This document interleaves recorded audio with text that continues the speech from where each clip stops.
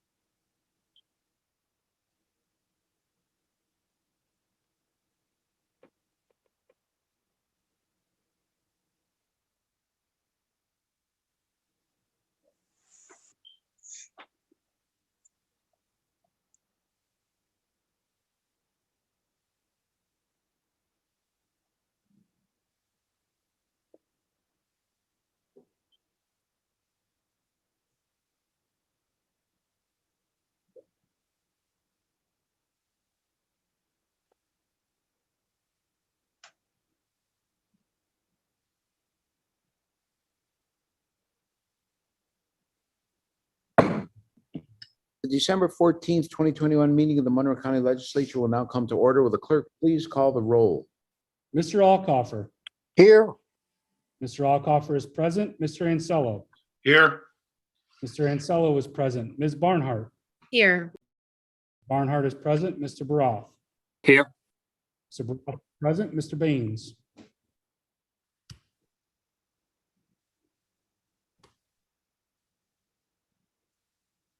Mr. Baines, are you there?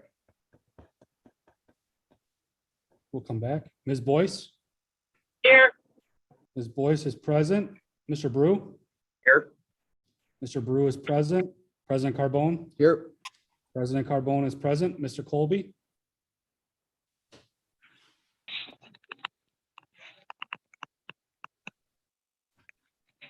Mr. Colby there?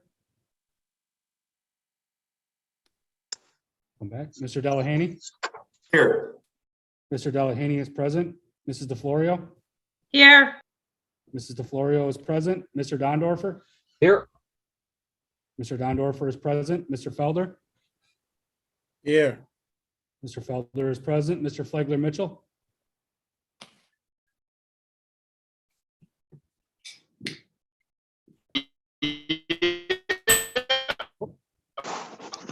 I think that was Mr. Flagler Mitchell saying here, present. Ms. Hasman. Here. Ms. Hasman is present. Mr. Hebert.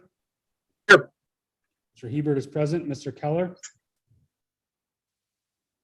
Here. Mr. Keller is present. Mr. Keophit-Lassie. Here. Mr. Keophit-Lassie is present. Ms. Lamar. Here. Ms. Lamar is present. Mr. Lee. Here. Mr. Lee is present. Mr. Mafucci. Here. Mr. Mafucci is present. Mr. Marinetti. Here. Mr. Marinetti is present. Mr. Morelli. Here. Mr. Morelli is present. Ms. Roman. Here. Ms. Roman is present. Ms. Smith. Here. Ms. Smith is present. Ms. Taylor. Here. Ms. Taylor is present. Mr. Wilcox. Here.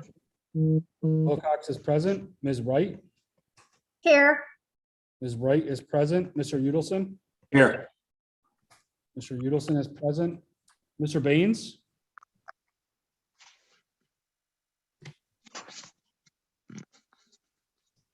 Just double check and make sure he's not on. I don't see legislature here. Mr. Colby. Mr. Colby. Here. Mr. Colby. Colby is present. Maybe somebody in the Democrat text Baines. Yeah, he has not logged on. If anybody wants to get a hold of him, let him know we are live. He should be on his way. Okay. Sounds good. We will need to suspend the rules of the legislature for the purpose of prohibiting public in-person attendance. You have a motion before you, which is moved by Legislator Brew and seconded by Legislator DeFlorio. This is a non-debatable motion. All in favor, please say aye. Aye. Aye. Aye. Any opposed? Motion carries. Please stay seated. I'd like to introduce Reverend Dr. Jonathan McReynolds of Anon Missionary Baptist Church, who has been invited by legislator Calvin Lee to lead us in a moment of prayer. Thank Reverend? you. Thank you. I'd like to thank Legislator Lee for this invitation. Let us bow our heads and take our hearts before God. Lord, we thank you for this day that you have created. We thank you for our Monroe County Legislature. We thank you for each and every office holder. Lord, we pray that you grant them wisdom and discernment as they address the affairs of our great community and our great county. God, we thank you for the people of our county. We thank you for the opportunity to serve these great people. Lord, we pray that you would inspire this body to pass and legislate laws that will enhance all of humanity as we endeavor on this lifelong journey together. In the name of our Lord and Savior, amen. Amen. Thank you, Reverend, and we'll be mailing out a certificate for you. Thank you. Thank you. Please stand as Legislator Kito Fetlasi will now lead us in the Pledge of Allegiance to the flag. Legislator? I pledge allegiance to the flag of the United States of America, to the republic for which it stands, one nation, under God, God, indivisible, with liberty and justice for all.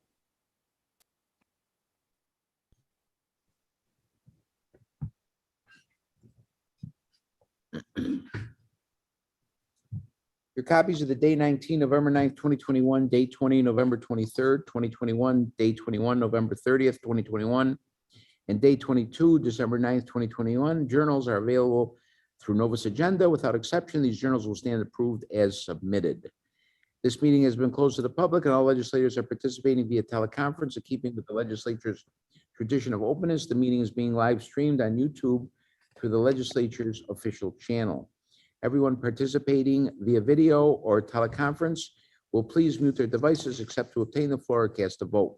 If seeking to obtain the floor, please simply state your name and wait for me to call on you before proceeding with your question or statement. The clerk will read the full title of each item to avoid any confusion as to which item is before the legislature. All votes will be held via voice vote unless a roll call is requested. Legislators, as this is the last regular meeting of the 2020-2021 legislative session, the referrals will be available to you and the public after the organizational meeting of the new legislature. I believe we have to wait till 6:15 for the public. So we'll just have a little recess till 6:15. That's what we have to do, Okay. Mr. Clerk.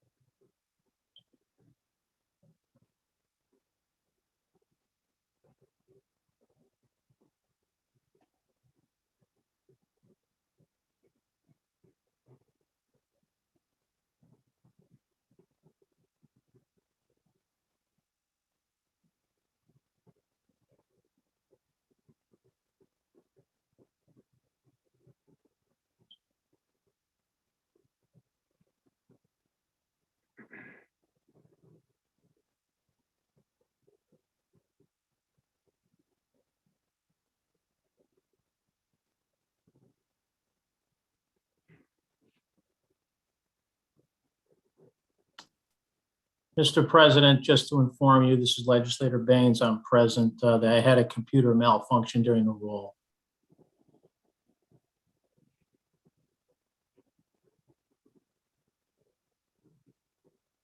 You're muted, Mr. President.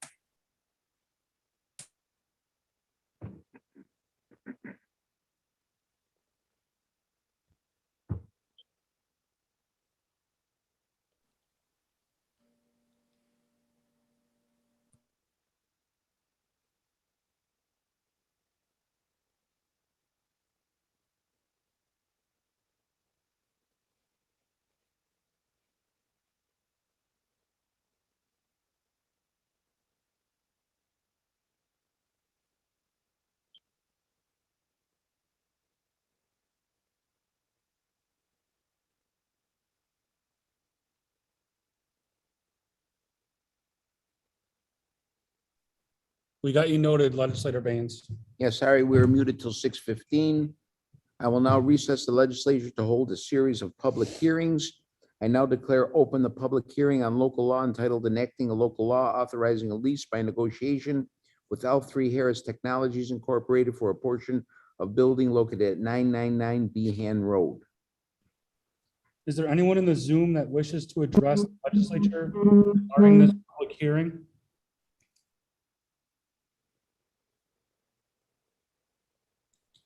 And there were no written comments regarding this public hearing as well. There being none, I declare this public hearing closed. I now declare open the public hearing on resolution entitled Establishing Scale of Charges for the Gates Chi Ogden Sewer District, County Sewer District, County, New York. Is there anyone in the Zoom that wishes to address the legislature regarding this public hearing?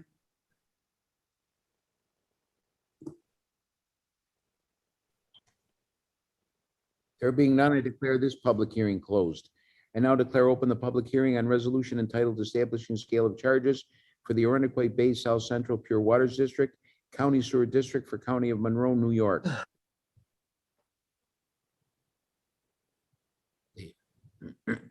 Is there anyone in the Zoom that wishes to address the legislature regarding this public hearing?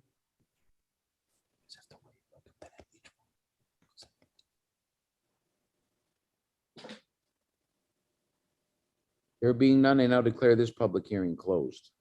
I now declare open the public hearing on resolution entitled Establishing Scale of Charges for the Northwest Quadrant Pure Waters District, County Sewer District for County of Monroe, New York.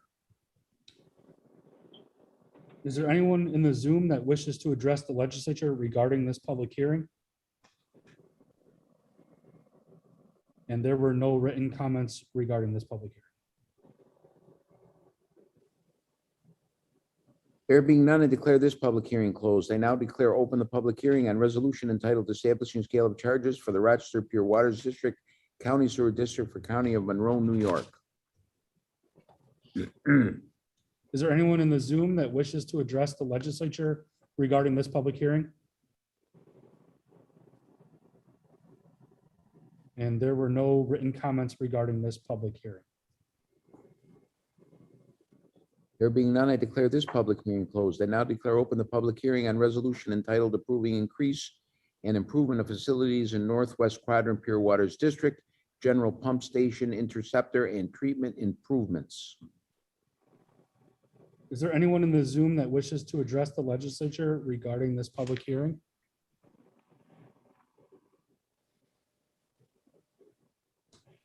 There are no written comments regarding this public hearing. There being none, I declare this public hearing closed. I now declare open the public hearing on resolution entitled Approving Increase and Improvement of Facilities in Arundequoit Bay South Central Pure Waters District, General Pump Station and Interceptor Improvements. Is there anyone in the Zoom that wishes to address the legislature regarding this public hearing? There were no written comments regarding this public hearing. There being none, I declare this public hearing closed. I now declare open the public hearing on resolution entitled Approving Increase and Improvement of Facilities in Gates Chi Ogden Sewer District, General Collection System Improvements. Is there anyone in the Zoom that wishes to address the legislature regarding this public hearing?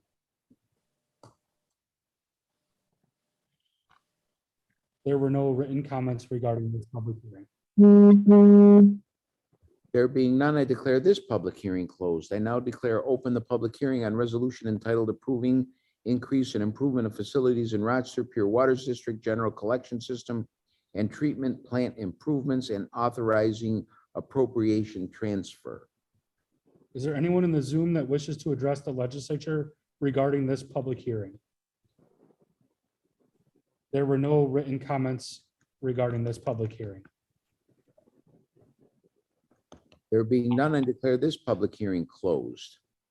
I now declare open the public hearing on resolution entitled Approving Increase and Improvement of Facilities in Rochester Pure Waters District, Frank E. Van Laer, Water Resource Recovering Facility, Secondary Clarifier Improvements. Is there anyone in the Zoom that wishes to address the legislature regarding this public hearing? There are no written comments regarding this public hearing. There being none, I declare this public hearing closed. I now declare open the public hearing on resolution entitled Approving Increase and Improvement of Facilities in Gates Chi Ogden Sewer District, Acquisition of Property at 13 and 15 Carroll Street, from the Village of Churchville. Is there anyone in the Zoom that wishes to address the legislature regarding this public hearing? There were no written comments regarding this public hearing. There being done, I now declare this public hearing closed. I will now reconvene the December 8th, 2020 meeting of the Monroe County Legislature. There are no formal committee reports scheduled for this evening. We will now hold the public forum. Mr. Clerk. Yes, there were 3 email comments submitted. Give me 1 second before I pull them up.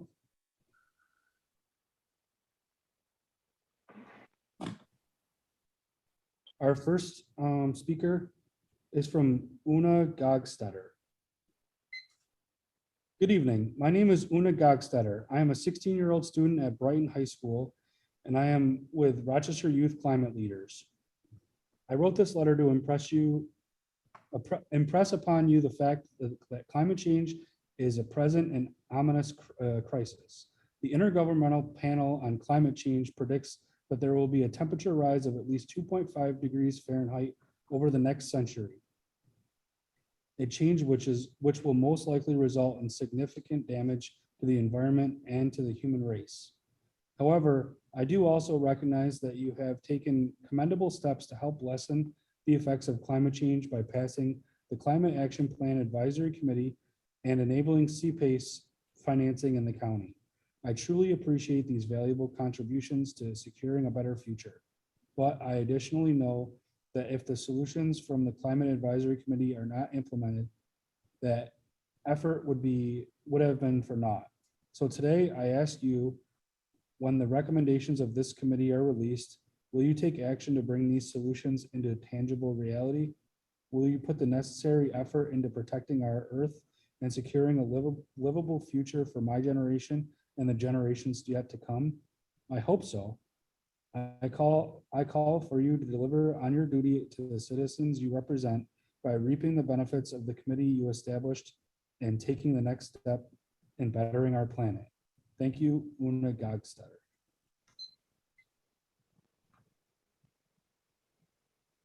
Our next comment is from Jeff Flynn. We no longer have journalists that will ask the tough questions, but obvious questions. Indeed, we have seen these stations repeat statements verbatim from corporate headquarters about democracy and independence, parrot the government officials, and refuse to ask basic questions. Likewise, we have seen our local leaders not communicate to the community, but issue edicts. They are not answering questions. No public meetings where people can ask questions while making totally irrational decisions, such as firing the nurses, then claiming the hospitals are short-staffed. So I will ask some questions here and ask for town hall meetings with the county executive and the county health director to take questions from the audience. My questions: 1, why are we ignoring natural immunity? It always has been a part or even all of the plan for beating outbreaks like this.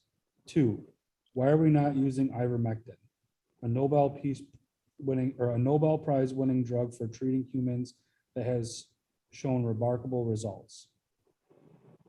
3, why are we not using monoclonal antibodies?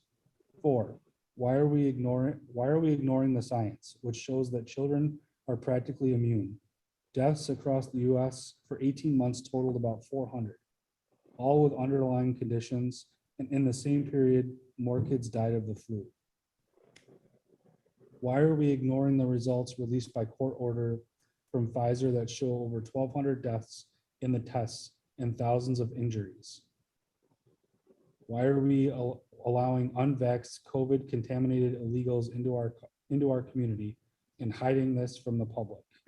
We have a right to know exactly what is happening. If COVID,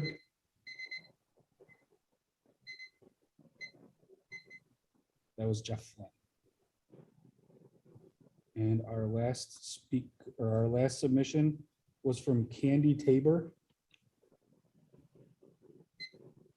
For several months, we have addressed this group providing backup facts and information, both verbally and written documentation, crime rates, population stats, park locations and size, jurisdiction issues, and lack of documentation, problem response times. Our request of you has not varied. Our request is one of defense, not offense, from criminals in our county who threaten and bring harm to families and loved ones. Repeal Monroe County Code 323-28, which violates the rights given us to bear arms by the Second Amendment of the U.S. Constitution. We have acquiesced for the time being to the abuse of the New York State lawmakers who continue to trample our rights but refuse to accept it on the local level. There is no reason to limit the right of a law-abiding citizen to protect him or herself anywhere in this country. We are only holding you responsible for the restriction in Monroe County parks. Remember, you represent us. We help get you into office and pay your salaries and benefits. As agents working for us, it is most discouraging and disappointing that we have not been contacted by any one of you. We, like your constituents, are reaching out. What will it take for you to listen to us? The safety and constitutional right of the people is compromised by the people sitting in these seats. What will it take for you to protect the citizens? That was from Candy Tabor, who is on the board of directors of Monroe County Scope. And that was the last written comment that I received. At this time, we'll recess the December 14th, 2021 meeting of the Monroe County Legislature, and we'll convene the Gates, Chalet, Ogden Sewer District, Arundecoyt Bay South Central Pure Waters District, Northwest Quadrant Pure Waters District, and the Rochester Pure Waters District of the Pure Waters Administrative Board. If there are no objections regarding referral 21-0396, we'll lift from the table all 4 districts with 1 vote and adopt all 4 districts with 1 vote. Additionally, with referral numbers 21-0419 and 21-0421, we will adopt all 4 districts with 1 vote. The clerk will see to it that the individual motion and resolution numbers are assigned to each. Mr. Clerk, please note the attendance and read the first item on the agenda. You have agenda items numbers 1, 5, 10, and 14. Referral 21-0396, providing that resolution entitled Establishing Scale of Charges for Gates, Chalet, Ogden Sewer District, Arundecoyt Bay South Central Pure Waters District, Northwest Quadrant Pure Waters District, and Rochester Pure Waters District for County of Monroe, New York, be lifted from the table. Move it. Moved by Second. by Legislator Delahanty. This is a motion to lift from the table. All in favor, please say aye. Aye. Any opposed? Item carries. Next item, please. PWeb agenda item numbers 2, 6, 11, and 15. Referral 21-0396, providing that resolution entitled Establishing Scale of Charges for Gates, Chalet, Ogden Sewer District, Arundecoyt Bay South Central Pure Waters District, Northwest Quadrant Pure Waters District, and Rochester Pure Waters District for County of Monroe, New York, be adopted. Move it, Mr. President. Second. Moved by legislator Wright, seconded by legislator Delahanty. This is to adopt. Is there any discussion? Seeing none, all in favor, please say aye. Aye. Aye. Any opposed? Item carries. Next. PWeb agenda items number 3, 7, 12, and 16. Referral 21-0419, authorizing contracts with Day Engineering, Leroy Engineers, and Ravi Engineering and Land Surveying for environmental consulting term services. Move it, Mr. President. Second. Moved by legislator Wright, seconded by legislator Delahanty. This is to adopt. Is there any discussion? Seeing none, all in favor, please say aye. Aye. Aye. Any opposed? Item carries. Next item. We have agenda item numbers 4, 8, 13, and 17. Referral 21-0421, authorizing contracts with Arcadis of New York, Day Engineering, MRB Group Engineering, Architecture and Surveying, and Wendell WD Architecture, Engineering, surveying and landscape architecture for wastewater engineering term services. Move it, Mr. President. second, Legislator Wright, seconded by legislator Delahanty. This is to adopt. Is there any discussion? Seeing none, all in favor, say aye. aye, Aye. Any opposed? Item carries. Next item. If you have agenda item number 9, referral 21-0424, authorizing acquisition of real property located at 13 and 15 Carroll Street in the village of Churchville. Move it, Mr. President. second, By legislator Wright, seconded by legislator Delahanty. Is there any discussion on this? Seeing none, all in favor, please say aye. aye, Any opposed? Item carries. Next item. Oh, no. We will now recess the Gates, Chile, Ogden Sewer District, Arundecoit Bay South Central Pure Waters District, Northwest Quadrant Pure Waters District, and Rochester Pure Waters District, and adjourn the Pure Waters Administrative Board. The December 14th, 2021 meeting of the legislature is reconvened. We will now proceed with the consideration of local laws. Before we get started, I just want to announce that item number 81 was withdrawn this afternoon at the request of the administration, so please disregard that item on your agenda. Will the clerk please read the first item on the agenda? Item number 1, referral 21-0365, providing that local law intro number 476 of 2021 entitled enacting a local law authorizing a lease by negotiation with L3 Harris Technologies for portion of building located at 999 Bean Road be lifted from the table. Move it, Mr. President. Moved by Legislator Dondorfer, seconded by legislator Brew. This is a motion to lift from the table. All in favor, please say aye. Aye. Aye. Any opposed? Carries. Next. Item number 2, referral 21-0365, providing that local law intro number 476 of 2021 entitled enacting a local law authorizing a lease by negotiation with L3 Harris Technologies for portion of building located at 999 Bean Road be adopted. Move it, Mr. President. Second. Moved by legislator Dondorfer, seconded by legislator Brew. This is a motion to adopt. Is there any discussion on this? Legislator Hebert, Legislator Hebert, thank you, Mr. President. I need to declare my interest. Both my daughters work for L3 Harris. thank you very much. Any further discussion on this? Seeing none, all in favor, please say aye. aye, Any opposed? Item carries. Next. Item number 3, referral 21-0501, enact a local law entitled tax exemption for members of volunteer fire companies or voluntary ambulance services. Move it, Mr. President. Second. Moved by legislator Dondorfer, seconded by legislator Baines. This is for introductory purposes only. Next item.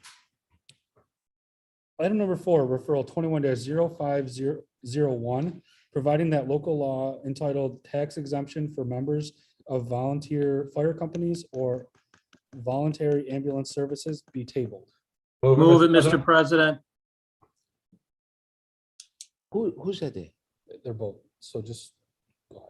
Moved by legislator Dondorfer and Baines. Did you move it, legislator Baines? Yes, who's- Mr. President. Second it. I moved it with my colleague legislator Dondorfer. I'll do down there for Baines as the second. Is that okay with you, legislator Baines? Sure, Dondorfer moved it and you seconded it? sure. Thanks. Okay, where are we now? This is the motion to the table. All in favor? Aye. Aye. Aye. Any opposed? Item carries. Next. Item number 5, referral 21-0501, fixing a public hearing on local law entitled tax exemption for members of volunteer fire companies or voluntary ambulance services. Move it, Mr. President. Moved by legislator Dondorfer, seconded by legislator Baines. This is to set the public hearing. Any discussion on this? Yeah, Mr. President, I have a question for the administration. Go ahead, legislator. Through you to the administration, is there a way to, in your eyes, amend this in any way that we could get this done before the next the next cycle here, so that it meets what it's supposed to meet in regards to the percentage cap.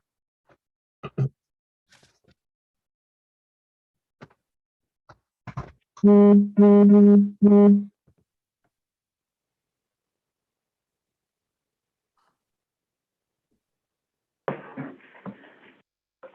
the president, this is John Bringerwatt. We'd be happy to take a look at the language and offer amendments. We'd also be happy to discuss the concerns regarding introducing a local law in one session of the legislature and then adopting it in the next.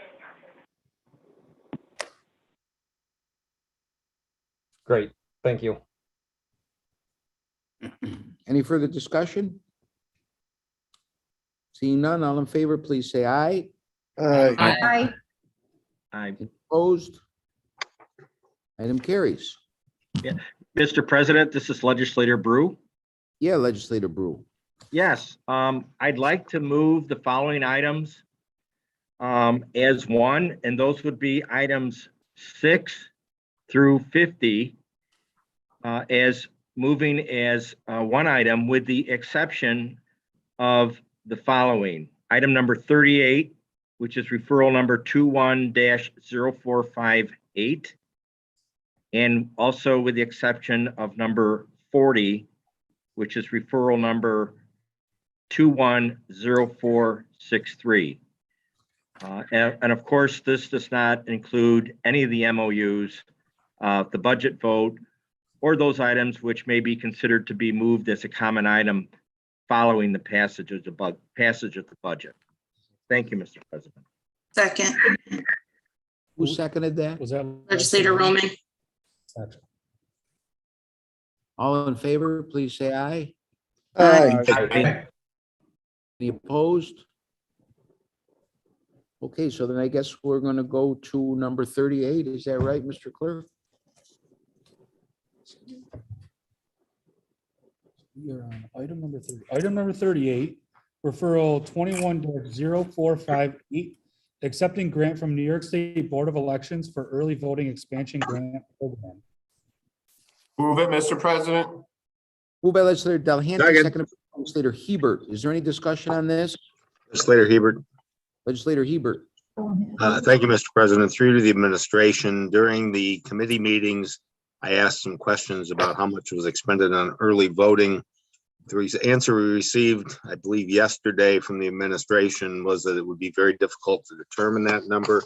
I would still like that number on what we did expend on early voting, even if it is difficult to obtain. Is that possible?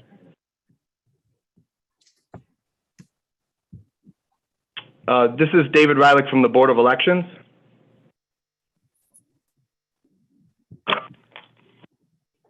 Can you guys hear me okay? Yes.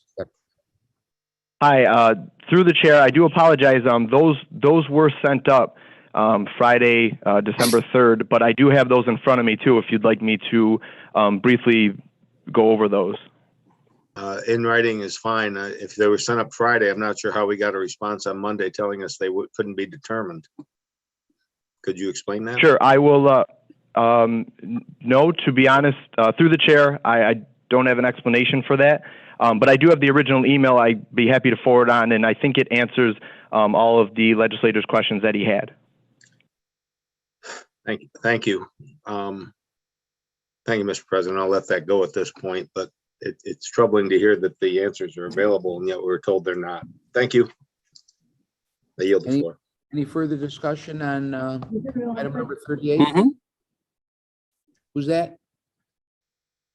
Any further discussion on 38? Seeing none, all in favor, please say aye. Aye. Aye. Opposed? Aye. Any opposed? Item carries. I believe next is 40, Mr. Clerk. Item number 40. Yep, item number 40, referral 21-0463, amending resolution 144 of 2011 as amended by resolution 313 of 2020 to extend the license agreement with the Lilac Festival to produce the Lilac Festival in Highland Park. Move it, Mr. President. By legislator Alcoffer, seconded by legislator Delahanty. Is there any discussion on this? Mr. President, Go ahead, Legislator Alcock. Legislator Elcoffer, yes. I just wanted to mention a few things here. In the past, at the Lilac Festival, and this is during the years that I've worked there too, that we had some vendors enter the park and exit the park through the walkways through the Vietnam Veterans Memorial. And I remember one year in particular, one of the vendors did some damage within the park there. And I don't know, either he or his insurance company repaired it. But it seems to be, and it was problematic in the past where vendors for setup would enter the park through the Vietnam Veterans Memorial or exit it there, you know. But in talking with Director Meredith, he told me what he was going to be doing from here on out to protect the memorial. And I have complete confidence in Director Meredith that what he told me about setting up pedestrian fencing and also fencing for vehicles to prevent vehicles from entering the park, especially the vendors there. So I'm in complete compliance with that. So I think we've worked out a good solution. I want to thank Director Meredith for taking the corrective action that will prevent any further damage to the Vietnam Veterans Memorial, which is, for me, it's sacred grounds down there. So I thank you, Mr. President. Thank you. Legislator Hebert. Legislator Hebert, go ahead. Thank you, Mr. President. Through you to the administration. Again, more of a comment than a question. I received a letter today from Mr. McCann that basically stated there'd been no problems at these memorials since 2007. And I realize that the administration had a tremendous number of questions to answer, and things may have gotten a little bit sloppier. They may have interpreted my questions to mean that the stones, for example, in the Veterans Memorial were touched, which was one of the things that happened in 2007. There has clearly been ongoing damage in there that does not consist of the touching of the stones. Oil leaks from vendors who continue to go through the property onto surfaces, for example, ruts, etc. And I was really referring to all of those. So I would like them to reconsider their answer that basically there hasn't been a problem in 14 years. In the view of the veterans, of which I am one, there have indeed been problems virtually every single year. And while I have a lot of faith in Mr. Meredith doing what, as he has said, I believe Legislator Elcoffer ran into him and talked to him face to face, that we still would like to have very careful attention paid to that. And if necessary, posting people, whatever it will take to keep that from being damaged on an annual basis due to this Lilac Festival, which everybody loves.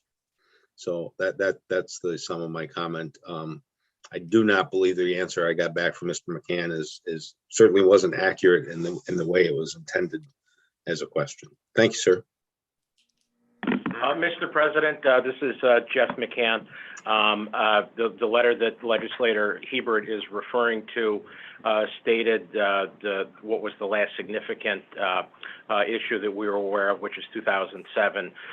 What Legislator Hebert failed to point out is there were also some other points that Director Meredith put in our response that indicated other steps we were taking. If Director Meredith is on the line, maybe he could take a moment and speak to that.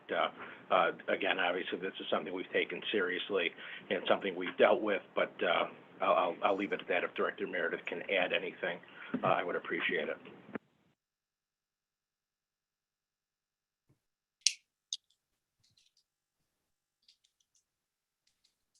Is Director Meredith on the line?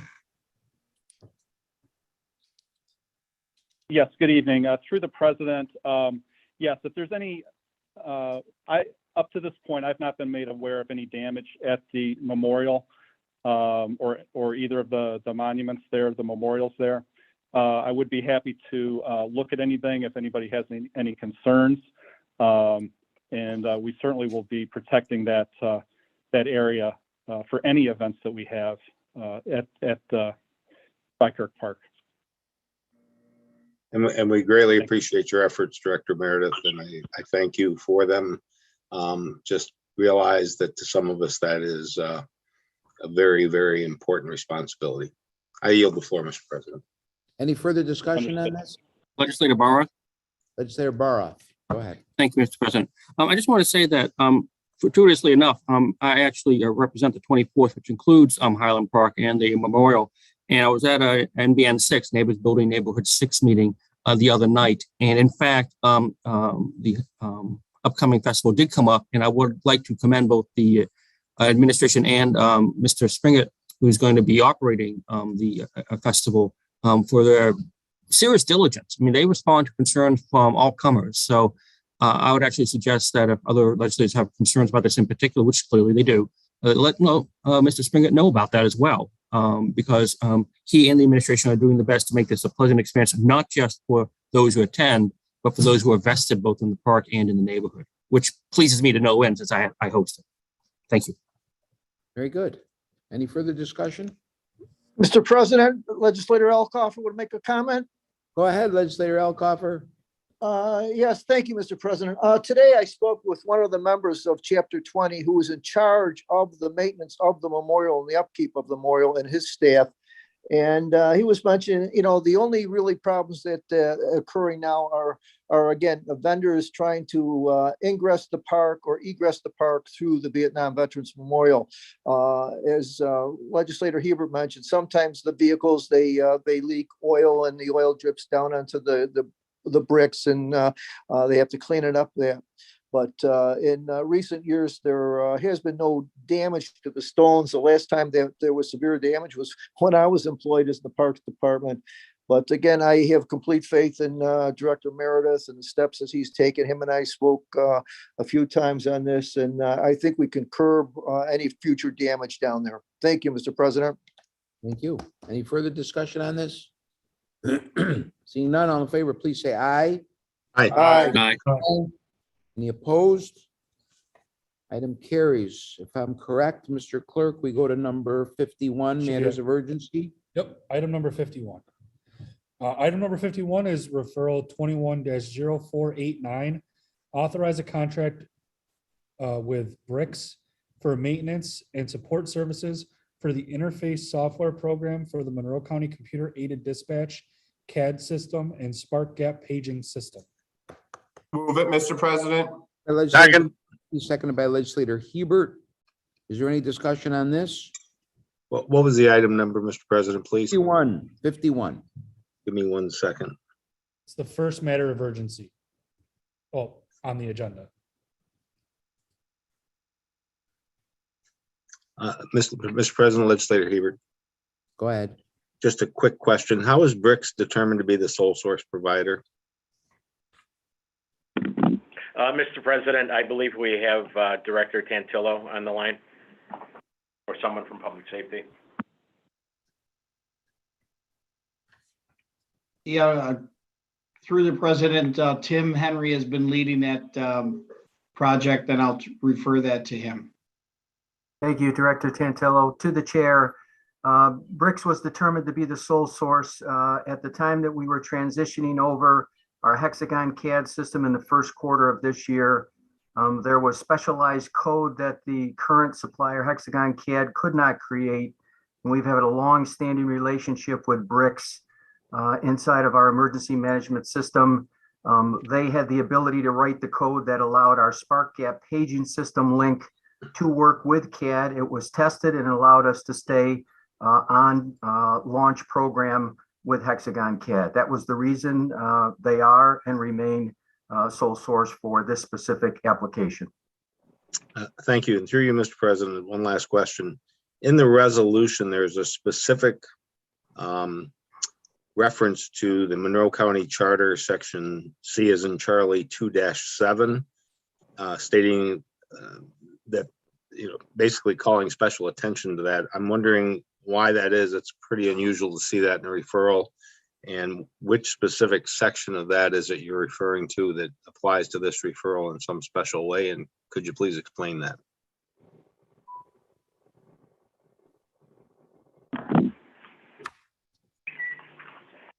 Through you, Mr. President, this is John Bringawat. That's pretty standard language that's in I believe every resolution, just referencing the section of the charter that defines the process by which a resolution takes effect.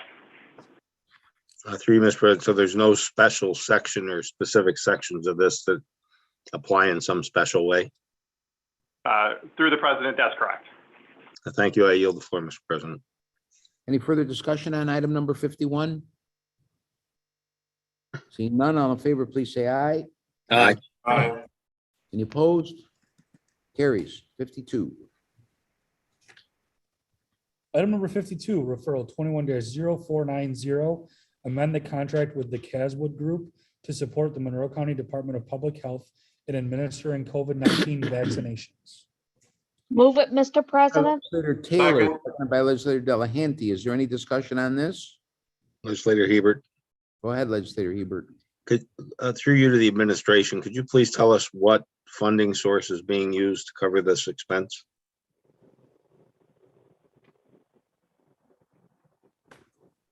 Specifically, I'm wondering if it's CARES Act funding or something of that nature. Mr. President, we have Kathy Hill-Tunin available to answer that. So through the president, I think that's a good question. Through 2021, we are using, my understanding is we're using CARES funds to cover the additional nursing and other clinicians that we're getting through our temporary agencies. Thank you. And through you, Mr. President, what has caused the increase in expenses necessitating this referral? Through the president, there are 5 missions that our temporary agencies help us with. One that has grown a lot is our outreach to the inner city. We're now doing between 3 and 5 clinics a week, mobile clinics, to rec centers, libraries, shelters. We also started PCR testing intensely for our school age to keep them in school, and that is assisted by these temporary agencies.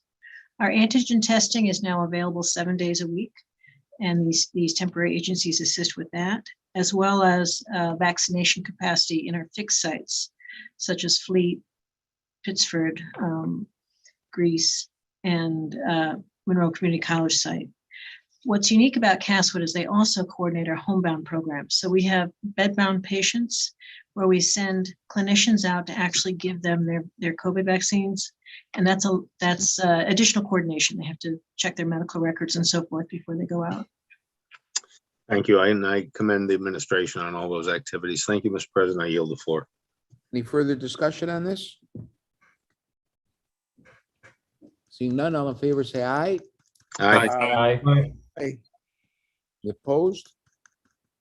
Item carries. Next.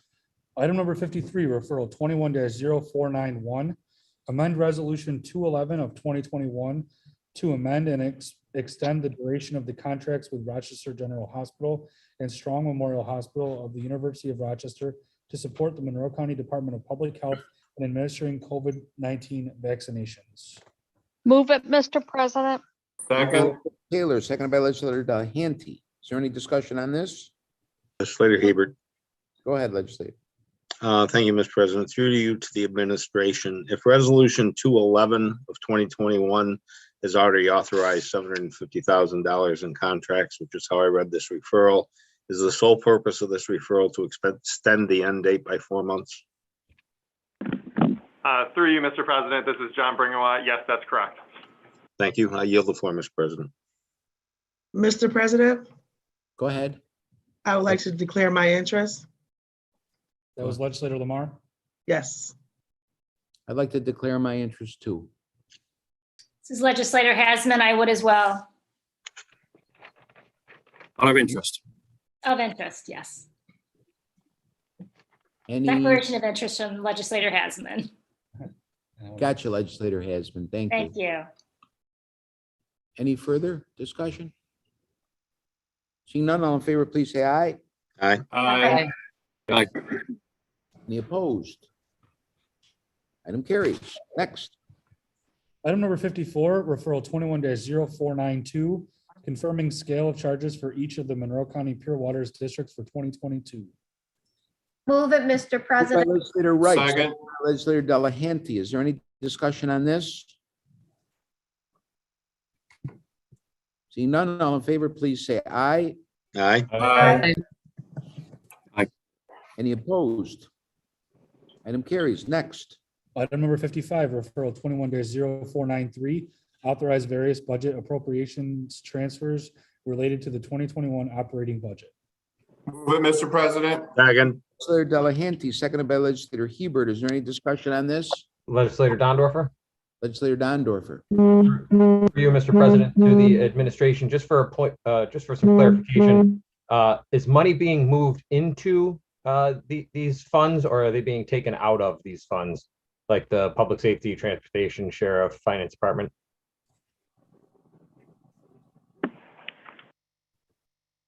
Mr. President, this particular referral is a self-balancing referral. So if you have the attachment, you can see where money is being drawn from and where money is being paid to.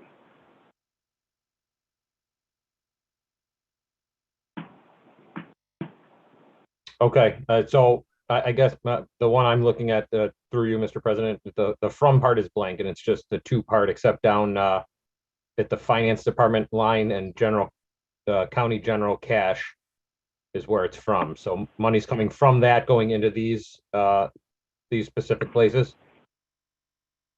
Thank you, Mr. President. Yes. Sorry about that confusion. The line for the finance department, $3.3 million and change, is the summation of all the twos above it. Oh, gotcha. Okay, thank you very much. I appreciate that. Sir. Any further discussion on this? Seeing none, all in favor, please say aye. Aye. Aye. Aye. Any opposed? Item carries. Next. Item number 56, referral 21-0494, 2021 equalization table, real and franchise property, and ratios of assessed value and full value. Move it, Mr. President. Second. Legislator Delahanty, seconded by legislator Hebert. Is there any discussion on this? Legislator Hebert. Legislator Hebert. Thank you, sir. Through you to the administration, have the towns and city been made aware of these equalization rates to the administration?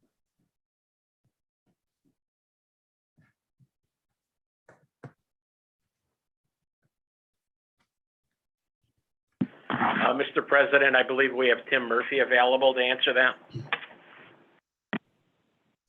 Through the president, notification of equalization rates are delivered from the state of New York to the individual municipalities as well as the county.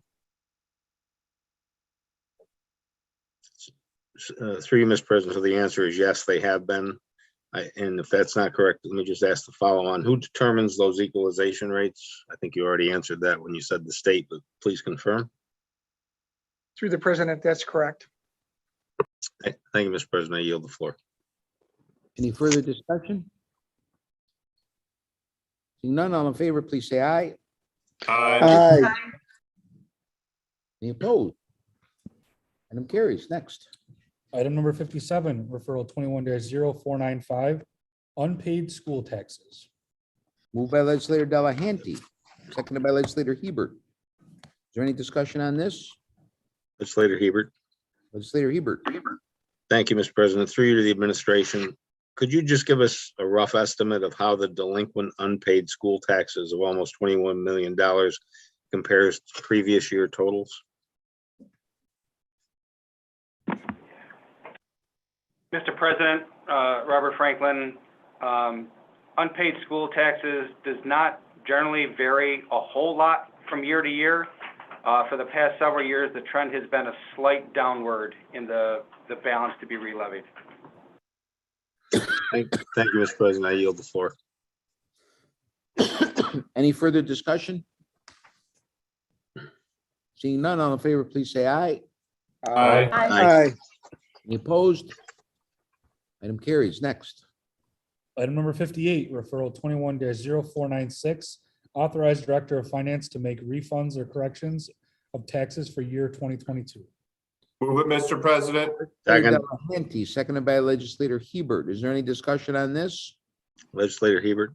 Legislator Hebert. Thank you, Mr. President. A quick question through you to the administration. Sorry, I tried to figure this out, but how much money is in the proposed budget to cover these anticipated costs? Mr. President, we have in our budget for next year, $600,000 for erroneous assessments. Thank you, Mr. President. I yield the floor. Any further discussion on this? Seeing none, all in favor, please say aye. Aye. Any opposed? Item carries. Next. Item number 59, referral 21-0497, delinquent water and sewer taxes. Move it, Mr. President. Second. Moved by legislator Delahanty, seconded by legislator Hebert. Is there any discussion on this? Seeing none, all in favor, please say aye. Aye. Any opposed? Item carries. Next, 60. Item number 60, referral 21-0498, levying taxes and assessments required for purposes of annual budgets of towns of Monroe County for year 2022. Move it, Mr. President. Second.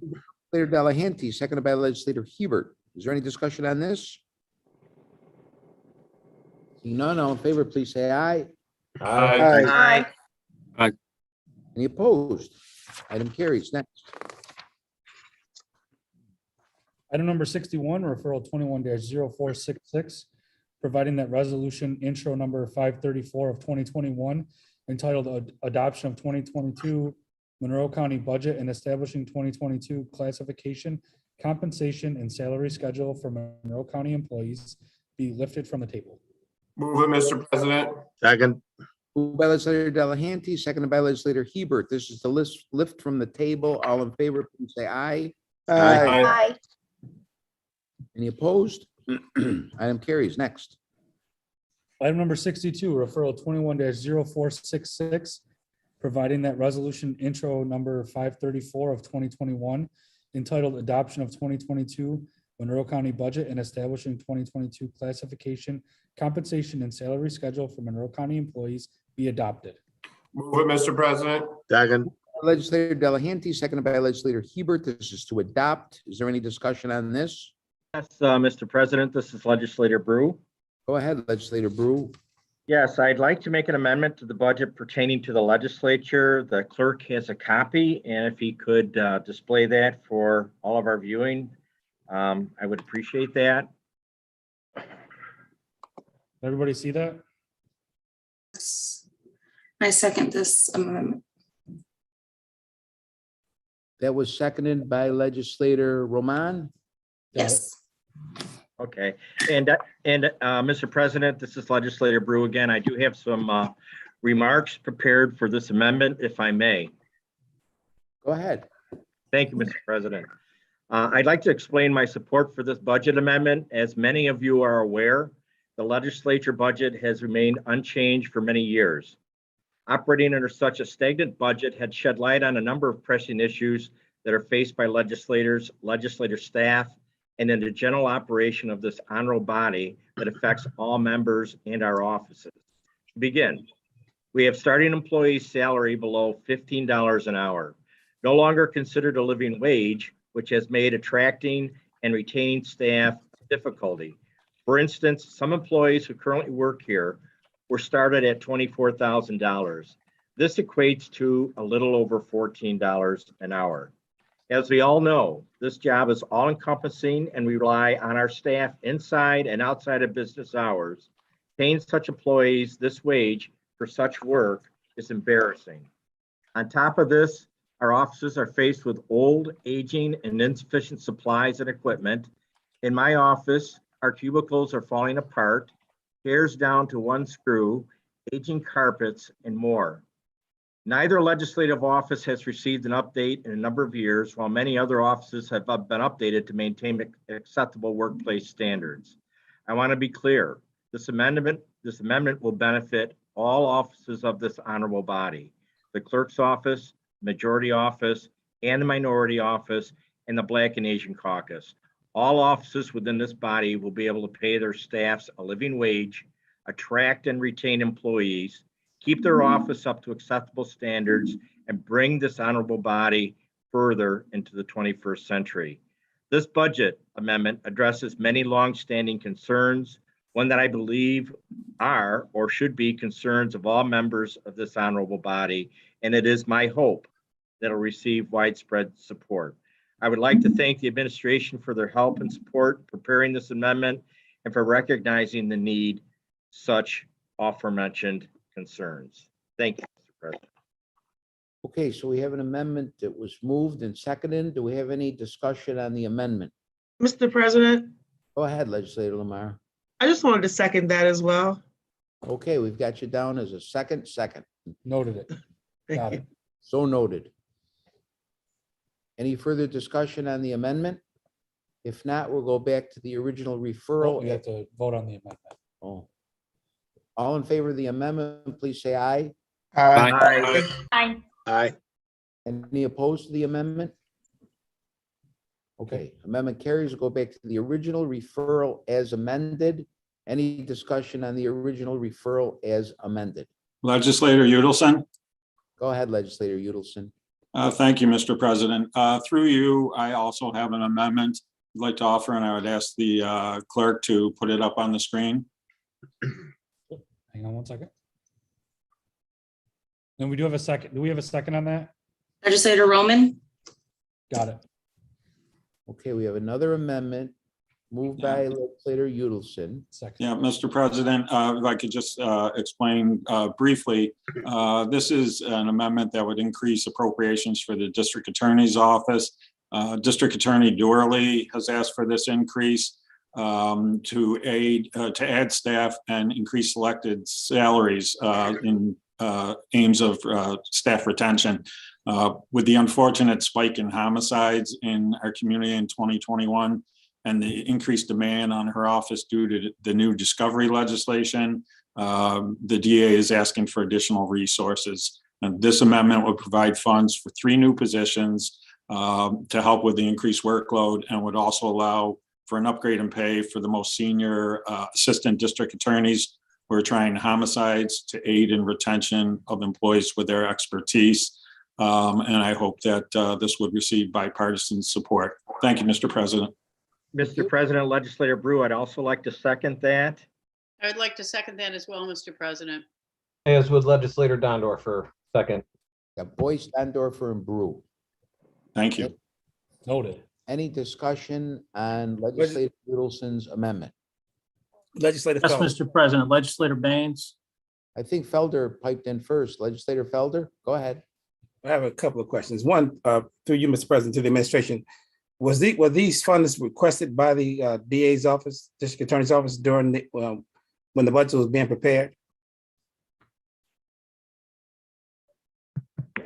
Yeah, yes, Mr. President, it was. So through you, to the administration, why weren't they included initially? Mr. President, as this question has come up before in committees, the true answer is not every department gets everything they request in their budget. All right, through you to the administration, Mr. President. Does the administration think this is necessary? Through you, Mr. President, this is an amendment we support, yes. Okay, now a comment. I personally do not like the way the district attorney's office has been running. And for me, giving them more money to do more of the same things they've been doing over the last few years, in regards to the way they're dealing with both with the crime situation and other political matters. I'm not comfortable with this personally. I can't speak for anyone else. I've yield my time. Legislator Baines. Thank you, Mr. President. Through you to the district attorney's office or to whoever can answer it. It's hard to track crime statistics without some longitudinal data. Do we have misdemeanor and felony cases in the county, either in the category of just misdemeanor or just felony or in aggregate? For the last 3 complete years, 2018, 2019, and 2020? Mr. President, this is Jeff McCann. I believe Dawn Staub from the District Attorney's Office is available I don't know if she has this information available, but again, I would just reiterate some of the points that Legislator Udelson made when he offered the amendment. You know, we were contacted by the district attorney, and given the increase in the more challenging trials that they were going to have, and again, they're facing the same issues a lot of other organizations are facing in terms of their ability to retain staff. They had asked for it, and we thought that it was a reasonable request. So I'll stop with that, and if Ms. Staub is available to deal with the specifics, I would turn it over to her. Through the chair, yes, this is Dawn Staub, Chief Administrator for the District Attorney's Office. Through the President, we do maintain those statistics. I do not have the years that you're looking for in front of me. I would be more than willing to get them to you. We do maintain statistics by crime category and bureau category. Through you, Mr. President, to Ms. Staub. Have the number of total cases prosecuted over the last 3 full years gone down or gone up? I guess you don't have the data in granular form, but can you share the trend with us, please? Through the chair, through the President, pardon me. The past 3 years, the statistics are interesting to look at because we, like every other sector, has been impacted by COVID. Last year, for example, our courts were shut down for a significant period of time. We are now actively playing catch up with some cases that date back to 2019. So I would say anecdotally, the number that has skyrocketed is major felonies and homicides, with sharp increases also in domestic violence. Can you, through you, Mr. President, to Ms. Staub, so has there been a decrease in any categories, misdemeanors, nonviolent felonies?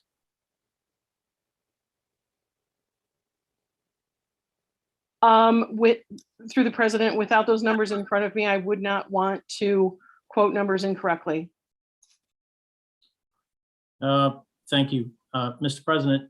You know, I plan to vote in favor of this, but it seems to me that there's nothing more data rich than criminal justice statistics. They're very specific, and I'm disappointed that for a $417,000 increase in expenditure based on increased caseload, we don't actually have the increased caseload in numbers.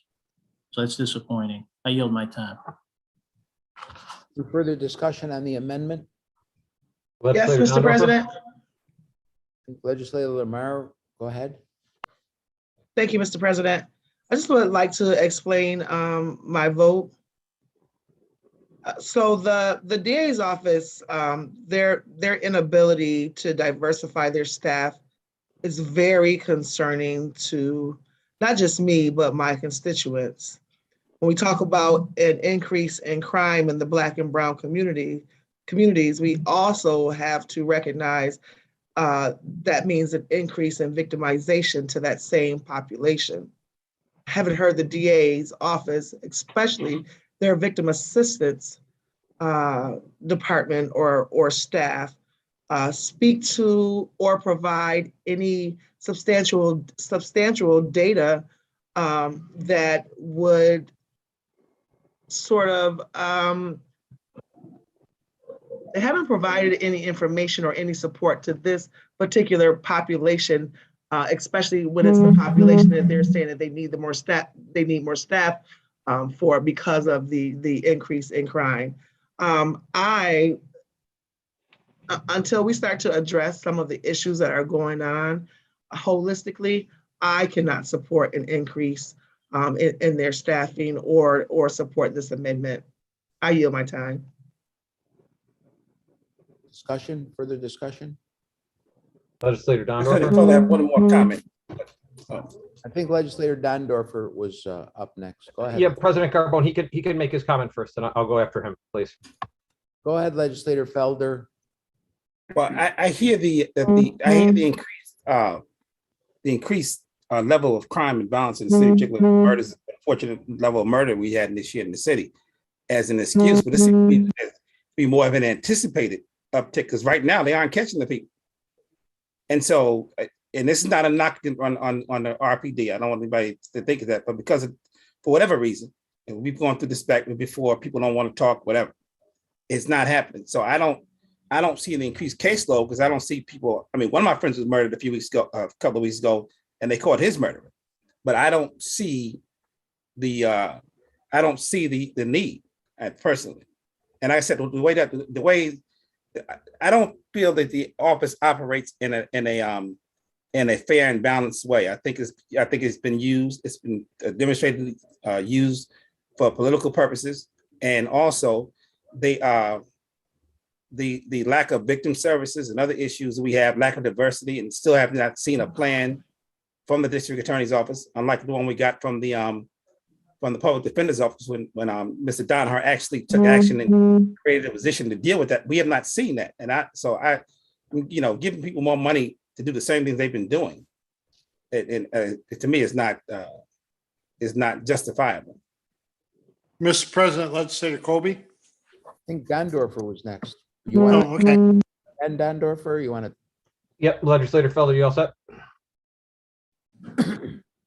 Yes. Great. Yes, you have the floor.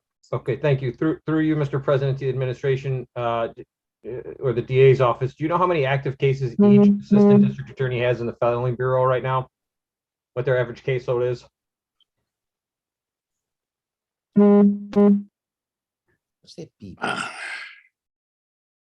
Through the president, Dawn Staub, chief administrator, off the top of my head, no, I don't. Anecdotally, I do know that, especially in the major felony bureau that deals with homicides, and as I said before, the domestic violence bureau, that caseload has increased significantly.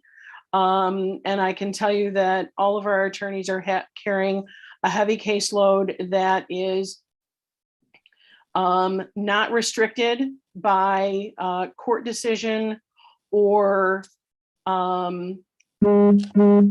any other circumstance. We are the only game in town, if you will, as far as prosecution is concerned. So our assistant district attorneys are not subject to case caps. So the number of cases that they have will increase as crime continues to increase. Thank you. So through you, Mr. President, to Ms. Staub, is it fair to say, and this is based on information that has been provided to me, by ADAs themselves, that they're carrying between 75 and 90 caseloads in the felony bureau when it comes to gun cases and robbery cases and so on? Do you think that's a fairly accurate span of cases? Through the president, yes, I would say that's a fair assessment. Okay, thank you. I'd just like to make a couple statements, if I could. In 2020, the already heavily burdened and difficult caseloads for prosecutors was amplified by the criminal justice and bail reform. The discovery stuff that they have to provide is extremely time consuming, and it takes man hours to do that. And that is the responsibility of the district attorney's office and the ADAs that are prosecuting the cases. So that means it's less time for them to actually work on their cases and more time being bogged down with paperwork and so on and so forth with that stuff. Senior attorneys who have been passionate for public service and justice have left because of the high stress and the lower salaries that they're getting in the DA's office. These attorneys didn't want to leave the office, but they can't handle the caseloads and discovery burdens with their current salaries. Not only is this type of work that the assistant district attorneys are performing evolving, but Monroe County and the city of Rochester are record high numbers of homicides this year and record high numbers of people who are non-fatally shot in the city of Rochester. Additionally, the information proposed for 3 special assistant district attorneys will allow movement within the office and hiring of more ADAs to fulfill that growing workload. Most senior ADAs will be eligible for promotions to continue the great work that they are doing right now. The hardworking public servants will feel at least a little bit more appreciated with that increase in their pay. I just want to be clear, this amendment will not place the district attorney's office at any sort of advantage over the public defender's office. The proposed 2020 budget for the public defender's office included additional support staff positions for the match to match the district attorney's office, and the public defender's office has maintained more attorneys than the district attorney's office has for many years. My understanding is that the public defender's office will no longer be responsible for most of their misdemeanor cases, which will be transferred to the conflict defender's office, who received 8 additional attorney positions in the 2022 budget. These public defenders are very deserving and have mandated caseload caps by New York State, while the district attorney's office is not as fortunate with their caseload caps, which was stated a couple minutes ago. Adding the 3 special ADA positions will help bring the DA's office to an even playing field. In my opinion, our criminal justice system cannot function without the fully funded public defender's office and the district attorney's office. Both the DA's office and the public defender's office need additional staff, and I'm glad it was addressed in this year's budget. Thank you, Mr. Udelson, for that. These are 2 offices, these 2 offices filled with the dedicated public servants who believe in justice and ethical criminal justice system. Both offices need the support that Monroe County and the legislature can offer. That is all. I yield the floor. Legislator Colby. Well, I won't follow up Legislator Dandorfer's comments. I would just like to second him. He included everything I was going to say. Thank you. Perfect. Any Mr. further President. discussion on the amendment? Mr. President, Legislator Boyce. Okay, Legislator Boyce. Yes, I wondered if Ms. Morley is on the line to Who? answer some questions. Who you blurped out? Who do you want on the Is line? District Attorney Dorley available to answer some questions? If somebody's not muted, so I keep on hearing like beeping noises. Very distracting. Apologize.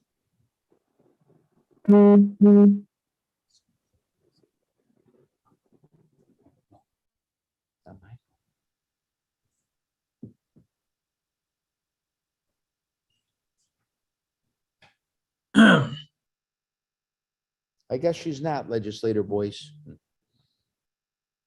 there anything else you would like to say? This Staub, is District Attorney Dorley available to answer questions? Through the president, she is not available and she is not on the call. All right, well, I just feel like she's being attacked for, being politically motivated for what she's, doing in her office. And I just wanted to ask Ms. Staub, are you aware of any reason why we wouldn't be able to have diversity within the office? What is the hiring practices? Through the president, we have actually expanded our interviewing efforts and recruitment efforts in the effort to further diversify the office and at the most basic level, attract qualified attorneys to become prosecutors. It's a challenging time to recruit for these positions. It's very challenging. We have had significant staff turnover, and filling our entry-level positions has become a significant challenge. So we are trying to find not only qualified candidates, but improve our diversity numbers as well. Yeah, it's my understanding through the president that, I've been at a lot of meetings that District Attorney Dorley's been at, and she is hurting for staff. People are leaving, is my understanding, because of the shortage in salaries. And they're being recruited by other offices, private practices and such. I also wanted to get some data with regards to the domestic violence caseload that your DAs are covering.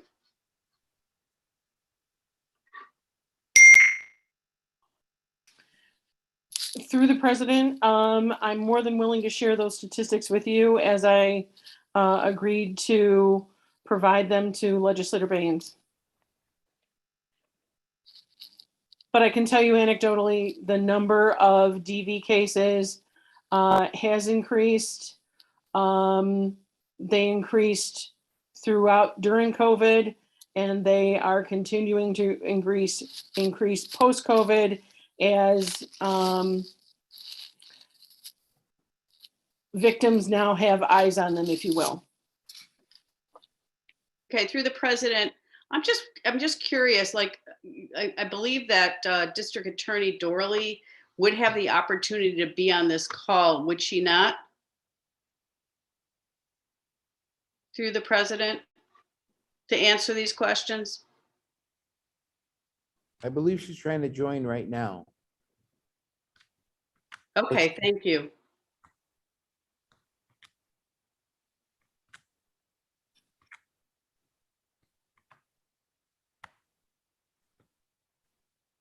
While she's trying to join, Legislator Lamar, did you have anything to say? I do. Through you to the administration, what is the demographic breakdown of the positions receiving the increase?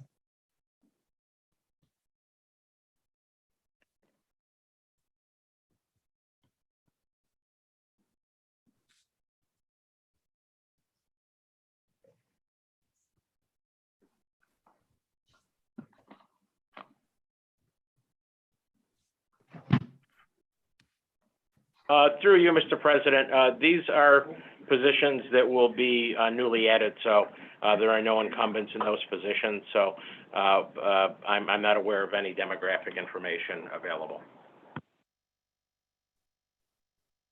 Thank you, Mr. McCann. And through you, Mr. President, to the administration, what measures have been taken to diversify your staff? The Black Bar Association, HBCUs, what measures have been taken to diversify your staff?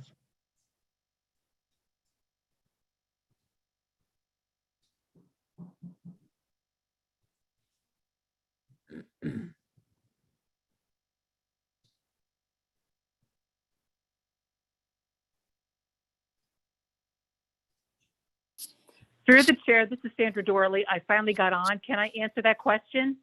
Go ahead, District Attorney. We have tried to diversify. We have tried to hire. We have postings on every single employment website, every single bar association, and now every single law school within New York State. We have approximately 6 or 10 openings, depending on what happens tonight. We are actively trying to recruit anyone to become prosecutors. It's a very difficult time.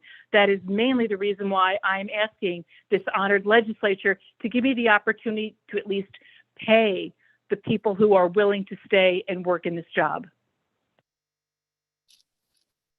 Thank you.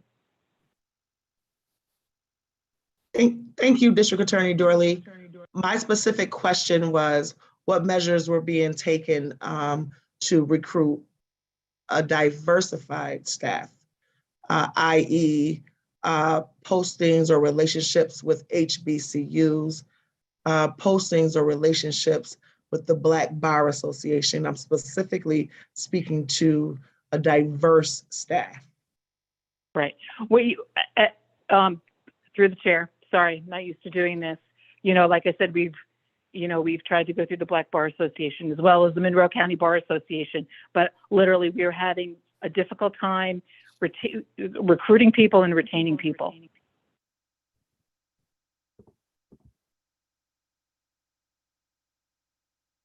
Thank you. Legislator Boyce, do you have Thank any specific? questions? Yes, yes. So to follow up question to District Attorney Dorley through the president, is there an opportunity for your office to work with our newly established diversity office? Absolutely. At this point, I welcome anyone to assist me in becoming full staffed, because once we're full staffed, we are going to be better able to, serve the community. I need people to be able to do these jobs, and I need everyone to help me get and retain qualified people. And I appreciate that. And so I would hope that, we would encourage you to reach out, or have the Office of Diversity and Inclusion reach out to help with the recruitment of people of color and minorities as well. So I also have a question with regards to some of the facts with regards to bail reform and the burden that it's placed on your office. Can you give us a bit of information with regard to that? Certainly. I know they were asking for statistics. Our misdemeanor numbers have decreased slightly. They will probably be lower than they have in the last couple of years, but that doesn't necessarily mean that the workload has decreased. With bail reform now, before any case can be ready for trial, there's a lot more that the attorneys must do in a shorter period of time. And that is putting, a time crunch in effect. And a lot of these new attorneys who are working on misdemeanors are feeling overwhelmed, and they're leaving the office. With regard to bail reform with our most violent offenders, we're still having to prepare and get these cases ready within a shorter period of time. We're seeing difficulty in the fact that we have to turn over witness and victim information to the defendants, who are now mostly out of custody, within a shorter period of time. We have, more outreach by our investigators and our advocates, and we do have a whole staff of victim and witness advocates within the office, probably amounting to over 10 people who work with our victims and witnesses and try to get them to cooperate with these prosecutions. But again, there's a lot more outreach that we're doing now, because people are not wanting to cooperate because their names and their addresses are out there for the public. And that's just one of the consequences of bail reform. So our numbers, and I know Legislator Baines, you may have asked this question. Our felony numbers this year may go down slightly, but the complexity of the cases has gotten more demanding. We have more technology, and again, that leads to more discovery materials that must be given over to the defense. We have more homicides that are being charged and handled in our office than ever before. I know Legislator Felder said that RPD wasn't making the arrests. There are a lot that they haven't, but they have made a lot of arrests on homicides this year, and those are now being prosecuted in our office, again, by our bureau chiefs and those attorneys that I'm trying to keep by having these special positions. But again, we've seen an increase in homicides, increase in domestic violence cases, and an increase in weapons cases. Our weapons cases for simply criminal possession of a weapon in the second degree, possession of illegal guns, is higher than we've ever seen before in our office. And we are trying to work those out through gun crimes part. And even the judges are saying that they've never seen this many cases. We are handling more complex cases, essentially, than we've ever handled before. Thank you. Thank you, DA Dorley. With regards to the victim witness advocates that I see included in here, as well as I see there's a couple of other positions that address victims of crime. Can you tell us how you work with the Monroe County Sheriff's versus the Rochester Police Department with regards to working with victims of crime? Is there a different avenue in which those victims of crimes are brought to those staff members' attentions? Right, through the chair. So the Monroe County Sheriff's Office and the Rochester Police Department, they also have victim advocates. Our victim advocates work with them and usually take over the case once the case comes into the office. You know, there are occasions where the law enforcement advocates work when or prior to an arrest being made, but they do, once an arrest is made, they work in conjunction with our office. Our victim and witness advocates assist the victims and witnesses through the trial. They help them get resources that are available through the Crime Victim Resource Office and things like that. And they are essential in making sure that our victims and our witnesses come to grand jury, come to hearings, come to trial, and cooperate through the proceedings. Thank you. Thank you. I know that my colleague, Ms. Lamar, has had, you know, a passion about, you know, serving those that have crimes, and she wants to see more diversity in the data of those that are served. So is there anybody on the phone call to answer a question with regards to how that might be addressed? I can actually handle that through the chair. We have partnered with Measures for Justice, and we are probably about 6 months into working with them in order to create a dashboard for this community so that the community can see who we're prosecuting, what the demographics of the defendants are, the race of the defendants, the race of the victims, all of the disposition of the cases. All of this is going to be on a dashboard created by Measures for Justice to improve transparency on what is going on in the office. And that's something that we've contracted with Measures for Justice for. The county has approved the contract and we're moving forward. We hope that the dashboard is up and running by the summer of 2022. Thank you. Thank you. That's all I have for this evening. Thank you. Thank you. Okay, what do you say we go to a roll call vote on the amendment? Mr. Clerk? Roll call vote. Mr. Brew on the amendment. Yes. Mr. Brew votes yes. Mr. Felder. No. Mr. Felder votes no. Mr. Lee.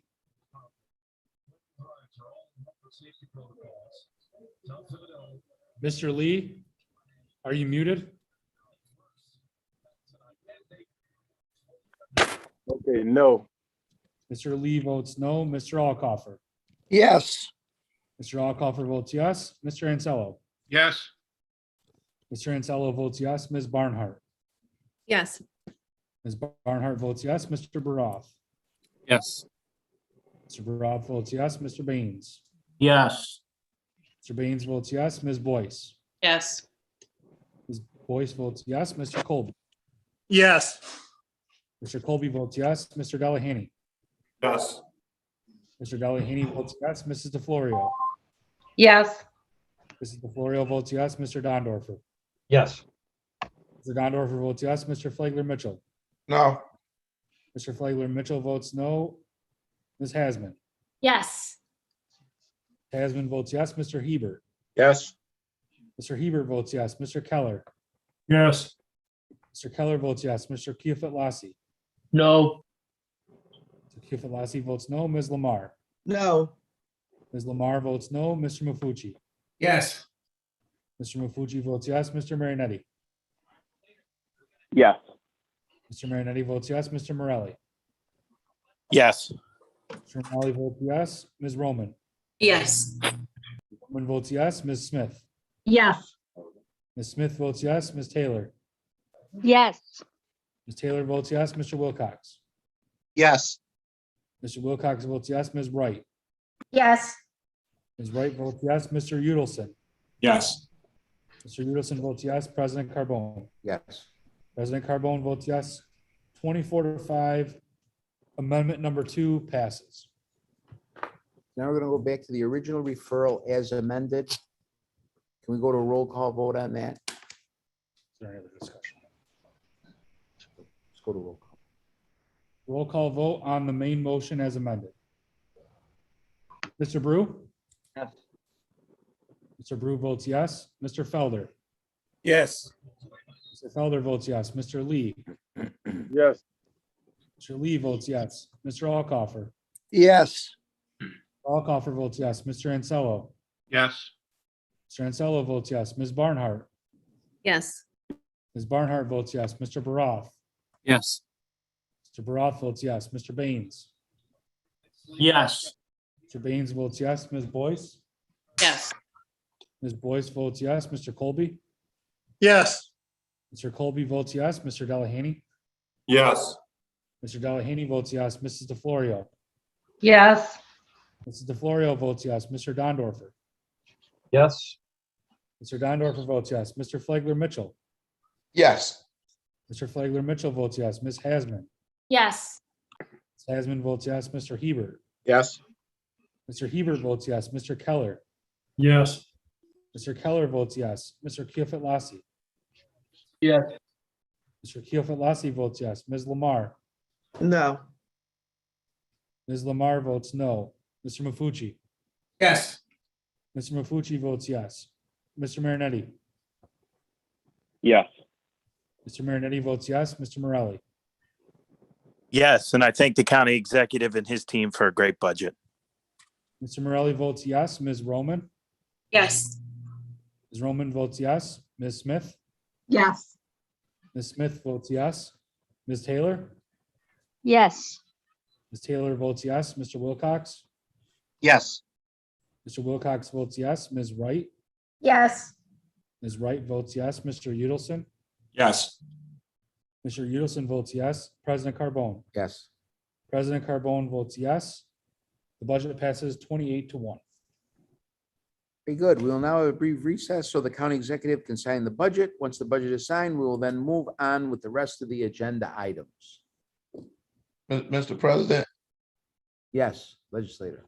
I'd like to change my vote to no. Okay, so it's 2 noes, 27 yes. Thank you, legislator Flagler Mitchell.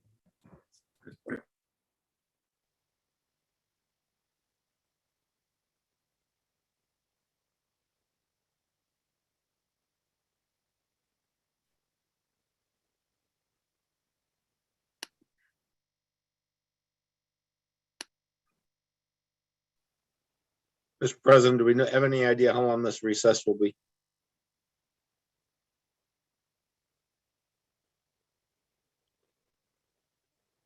About 10 to 15 minutes, legislator. Thank you, sir.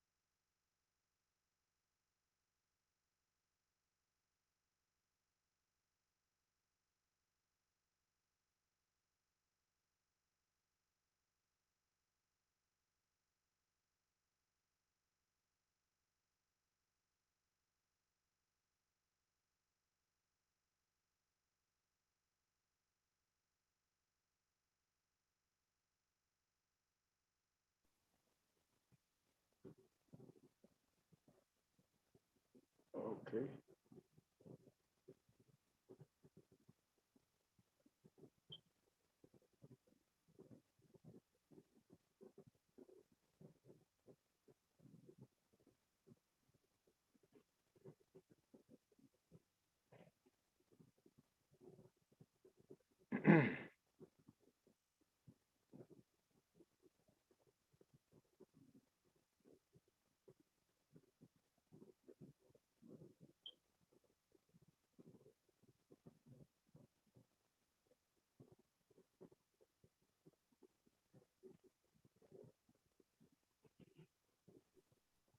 We're going to get back started here in about a minute.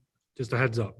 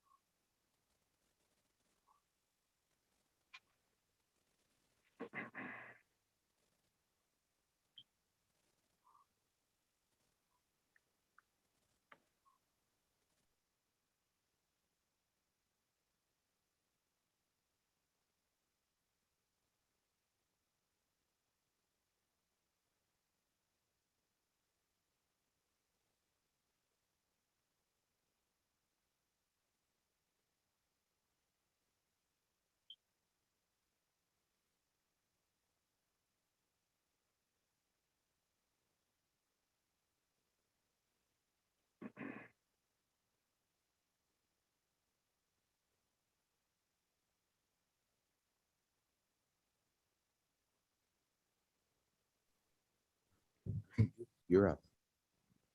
Item number Just let us 63. know that we're.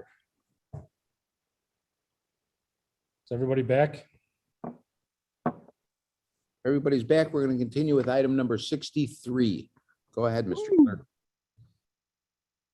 Item number 63, referral 21-0499. Authorized bond resolutions and appropriation transfers for the 2022 Monroe County capital budget. Move it, Mr. President. Legislator Delahanty, seconded by Legislator Hebert. Is there any discussion on this? Legislator Hebert, Go ahead, Legislator Hebert. quick question through you, Mr. President, to the administration. When will these bonds actually be issued?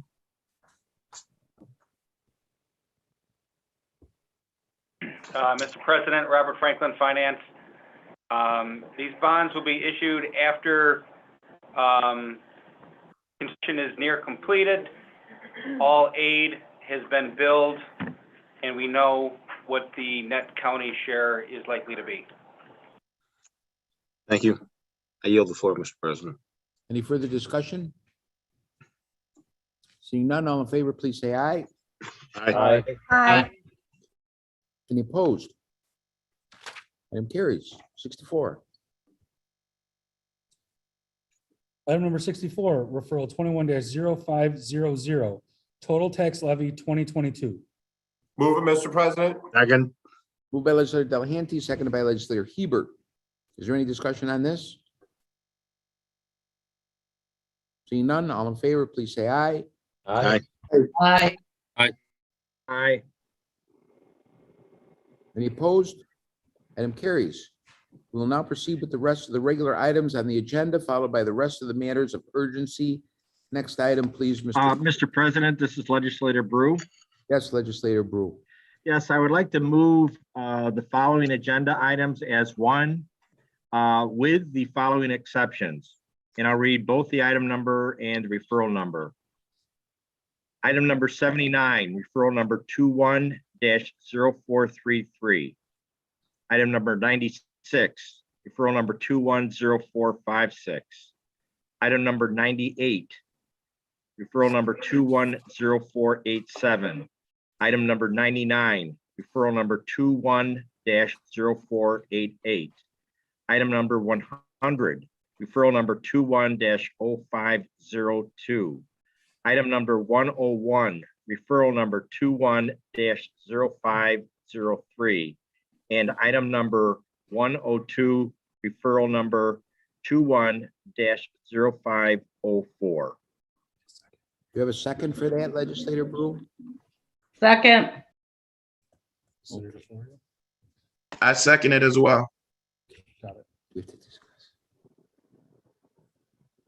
Second. All in favor, please say aye. Aye. Aye. Aye.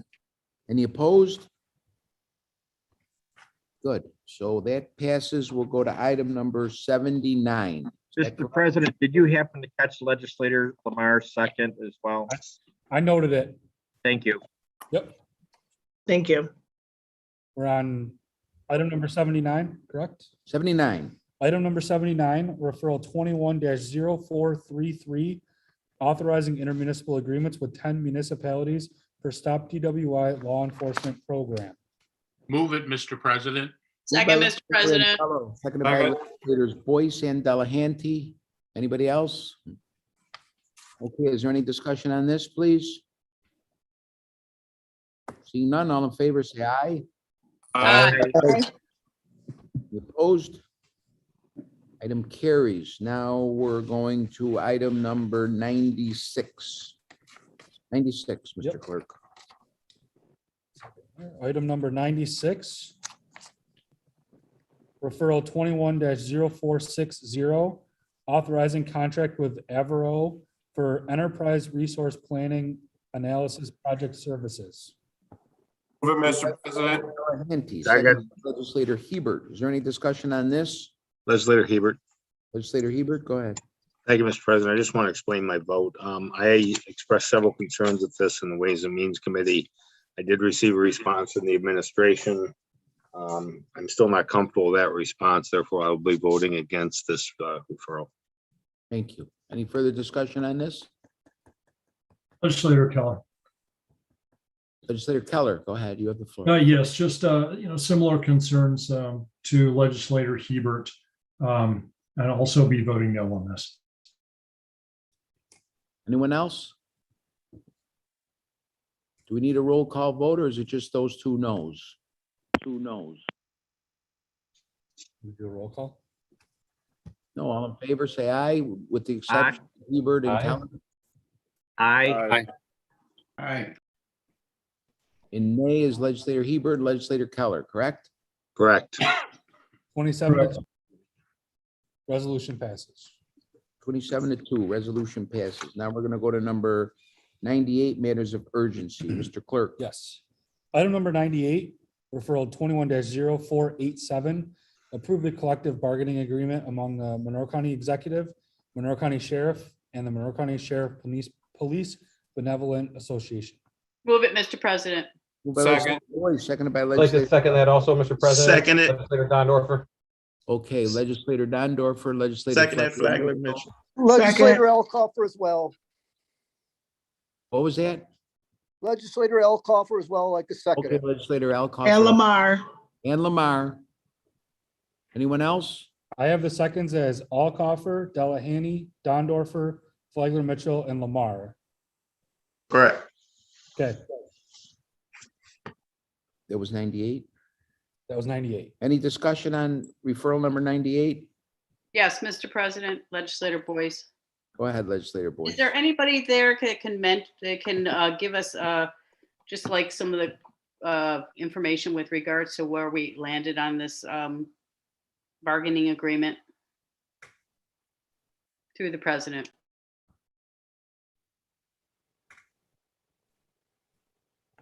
Through the president, as written in the referral, we came to a 3-year agreement with the PBA. The negotiations went very well from all parties, both the sheriff's office, the county executive, and the PBA. If there are certain questions specific to the contract that you have, either myself or the sheriff would be happy to address them. Through the president, I just ask these questions because I know that, we do have the public on the line listening, and sometimes they don't, see what we're seeing in our referrals. And so I just wanted to, highlight that for the public information. But I thank the negotiations that went through, and thank you. Very good. Any further discussion? Seeing none, all in favor, say aye. Aye. Aye. Any opposed? Carries. 99. Item number 99, referral 21-0488. Approve the agreement among the Monroe County Executive, Monroe County Sheriff, and the Monroe County Sheriff Command Staff Unit, Local 828, Unit 7423. Move it, Mr. President. Second. Second that also, legislator Dondorfer. Legislator Elcoffer, seconded too. Flagler Mitchell, seconded too. Flagler Mitchell. Lamar. Lamar. Alcoffer. Did I miss anybody? Delahanty. Delahanty. Any discussion on this? Seeing none, all in favor, say aye. Aye. Any opposed? Item carries. Next, 100. Item number 100, referral 21-0502, authorizing additional funding support for Memorial Art Gallery. Move. Moved by legislator Florio, seconded by legislator Lamar. I second it as well. Also seconded by legislator Ernest Flagler Mitchell. And legislator Hebert, please. And legislator Hebert. Is there any discussion on this? Legislator DeFlorio. Legislator DeFlorio, go ahead.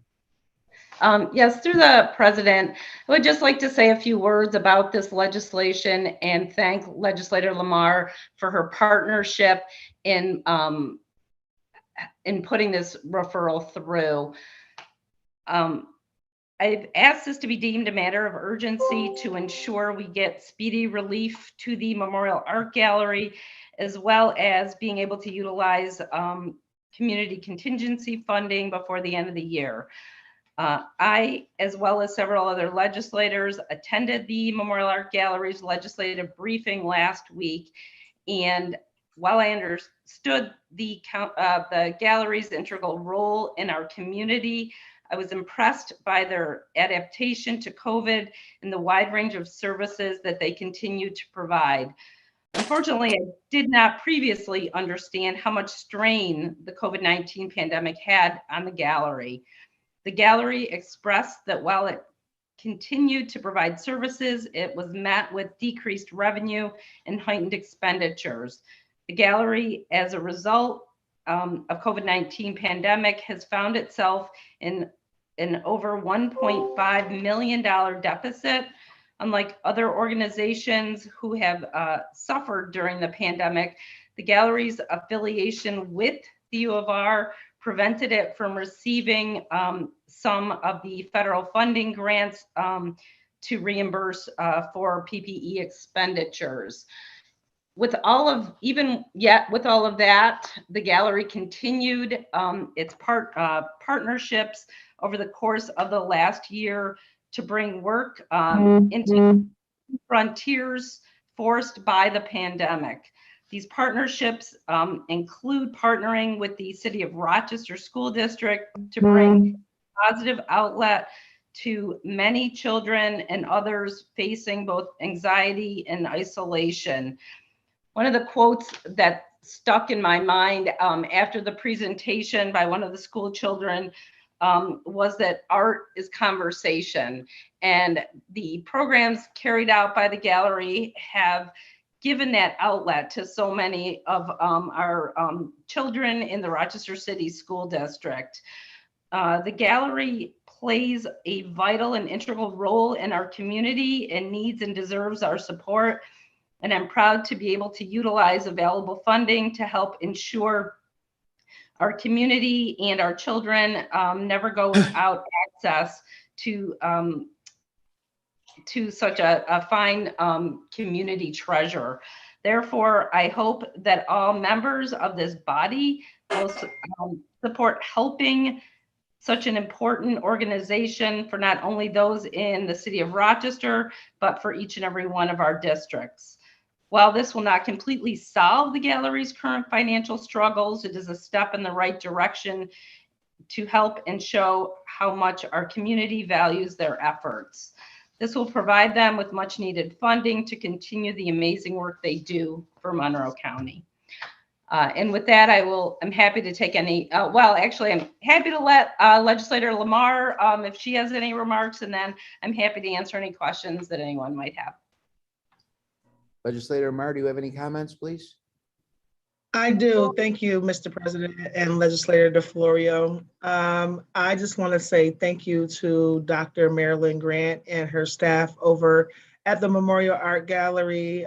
This is my third year participating in their presentation, and I am always pleased.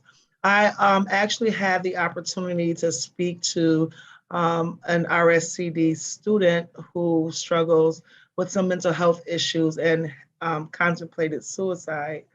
And she told me that the program that she participated in at the Memorial Art Gallery has really changed her perspective and gave her an outlet to express herself.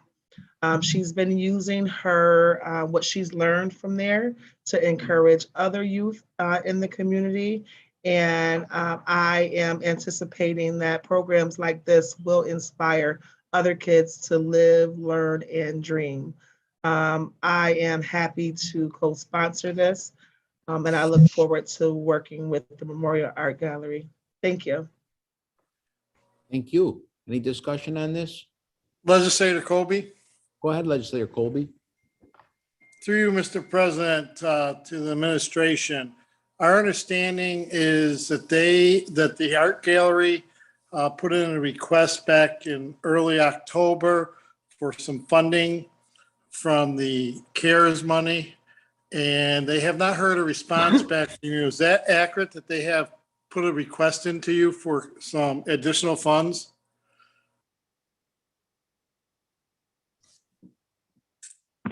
Through you, Mr. President, it's my understanding that they have filled out an application for ARPA dollars.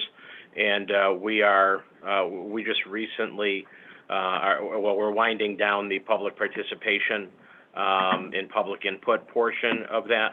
And we will not be making any decisions on dollars awarded until late winter or early spring of 2022, once we've completed that process. And anything that would be expended during this period would come back before the legislature.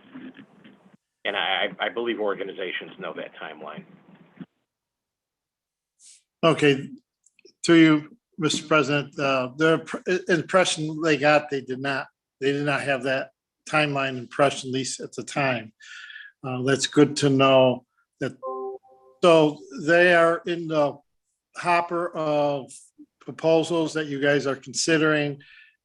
I'm just paraphrasing, make sure I have it right, that you guys are considering, and you would be making a decision to bring before the county ledge, which organizations and how much you would like to distribute to each organization sometime in February, January, or February, March, is what I'm hearing you say. Through you, Mr. President. Through you, Mr. President. Yeah, it would be late winter, early spring, once we're at that point. And through you, Mr. President, just for clarification, will they come through as one large proposal, or will they come through as each entity having their own referral? Point of order, Mr. President. What does this have to do with the item in front of us? We're talking about funding this organization that went through a thing. It's my last question. I'm just trying to clarify when they might have other funds come available. Okay, Legislator Colby, Legislator Morelli's got a good point. Why don't you just sum it up with one more question? No, I'm all set. Okay, thank you. Any further discussion? Seeing none, all in favor, say aye. Aye. Aye. Any opposed? Item carries. Mr. President, you, this is Legislator Hasman. Oh, sorry, Legislator Florio. I just want to say thank you, everyone, for your support. Go ahead, Legislator Hasman. I need to declare my interest in items number 81 and 93. Can I do that retroactively, please? You're slipping, Legislator Hasman. I know. What did you say, 81 and 81 and 93. 81 and 93. Thank you very much, Legislator Hasman. Thank you. 101, Dave, Mr. Clerk. Item number 101, referral 21-0503, commissioning the creation of a mural at the Frederick Douglass Greater Rochester International Airport. Moved by Legislator Lee, seconded by Legislators Felder, Flagler Mitchell, Lamar, and Keto Fetlasi. I'd also like to second that, Mr. President. Legislator I Boyce. also would like to second that, Mr. President. Legislator Elcoffer. Mr. President, I wanted to move it with Legislator Lee. Okay. Got it. Got it. Legislator Delahanty would like to second. Legislator Delahanty seconded. Okay. Good. Any discussion on this? Legislator Lamar, Go ahead, Legislator Lamar. I just want to thank those who have put their time and effort into even considering this mural. When we start to talk about the history of the city of Rochester and Monroe County and what Frederick Douglass meant to this community and the effects and the effects that his legacy has sort of transcended upon us. I think this is a great move in the right direction, especially when we're talking about what our children will learn about the history of Frederick Douglass and what this actually means to our community when we talk about diversity and inclusion and being transparent. I'm very pleased with this piece of legislation. I just want to thank everyone that supports it. Thank you. Yes. Mr. President, I want to also thank everybody who also is considering on voting on this legislation. It's important that we understand that, we are debunking images of African Americans out of a negative into a positive way of us working together, not just Frederick Douglass, but when we talk about Harriet Tubman and how she brought so many people up north and ended up settling not too far, really, from here. It's important that when people come into the airport, they see that, they understand that, and that, they're proud of what they see. And so I want to thank also everybody who will be voting in favor of this. Thank you. Bravo. Mr. President, Legislator Felder. Legislator Felder. As the chair of the Airport Renaming Commission and the principal sponsor of the legislation to rename the airport, I want to say that we're on a great track to do some great things. If you have not seen that mural that we unveiled week before last, you need to go see it. It's a beautiful thing.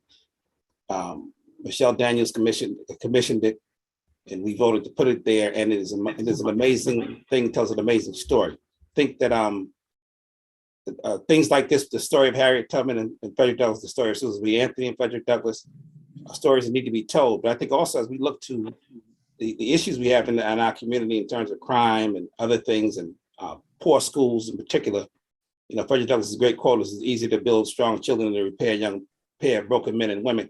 We need to look at and not just have it be a symbolic thing when we just saying Frederick Douglass, but we actually letting the spirit of Frederick Douglass and the ideology of Frederick Douglass really inform what we do, how we do things, how we treat each other, how we school our children and other things, so that it can mean something more than just having his name on the airport. Very good. Any further discussion on this mural? Mr. President, Legislator Elcoffer? Go ahead, Legislator Elcoffer. Yes, I wanted to extend my thanks to Legislator Felder for making this happen here. As you probably know, that the airport is located, the majority of the airport is located in the town of Gates. And I don't know if you knew about this, but Frederick Douglass was a resident of the town of Gates, as was Susan B. Anthony. They resided over by the airport. Each had their farms over there. But anyways, the concept that Legislator Felder took and made it into a reality, we're doing now in the town of Gates. I'm meeting with some of the folks that Legislator Felder introduced me to, and we're starting a kiosk in the Gates Public Library on Frederick Douglass and Susan B. Anthony. So that one concept has a great impact in our community. So again, I want to extend my sincere thanks to Legislator Felder and all those people who worked on this to make it a reality. Thank you. Thank you. Any further discussion? Seeing none, all in favor, say aye. Aye. Aye. Any opposed? Aye. Item carries 102. Item number 102, referral 21-0504, amending resolution 383 of 2021, authorizing allocation of funding to support nonprofit organizations in Monroe County. Move it, Mr. President. Moved by Legislator Lamar, seconded by Legislator Felder, Flagler Mitchell. Yes, seconded. Yes. Okay. Is there any discussion on this? 102? Seeing none. all in Mr. favor- President. Roll Mr. call vote, please. Mr. President, this is Legislator Brew. I would also like to second that referral. Okay, another second and a request for a roll call vote, please. Roll call.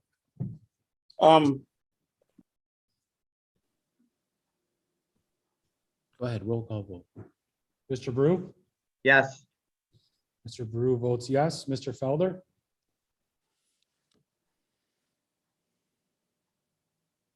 Mr. Felder? I think you're muted. Legislator. Mr. Felder, yes or no? Yes.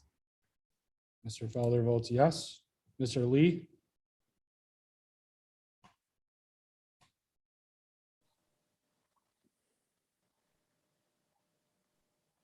Mr. Lee, you're muted.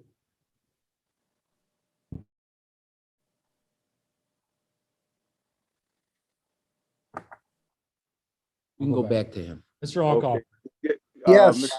Legislator Lee is yes. Mr. Lee is yes. Mr. Alcoffer is yes. Mr. Yes. Yes. Mr. Ansello is a yes. Ms. Barnhart. Yes. Ms. Barnhart votes yes. Mr. Baroff. Yes. Mr. Baroff votes yes. Mr. Baines. No. Mr. Baines votes no. Ms. Boyce. Yes. Ms. Boyce votes yes. Mr. Colby. Yes. Mr. Colby votes yes. Mr. Delahaney. Yes. Mr. Delahaney votes yes. Mrs. DeFlorio. Yes. Mrs. DeFlorio votes yes. Mr. Dondorfer. Yes. Mr. Dondorfer votes yes. Mr. Flagler Mitchell. Yes. Mr. Flagler Mitchell votes yes. Ms. Hasman. Yes.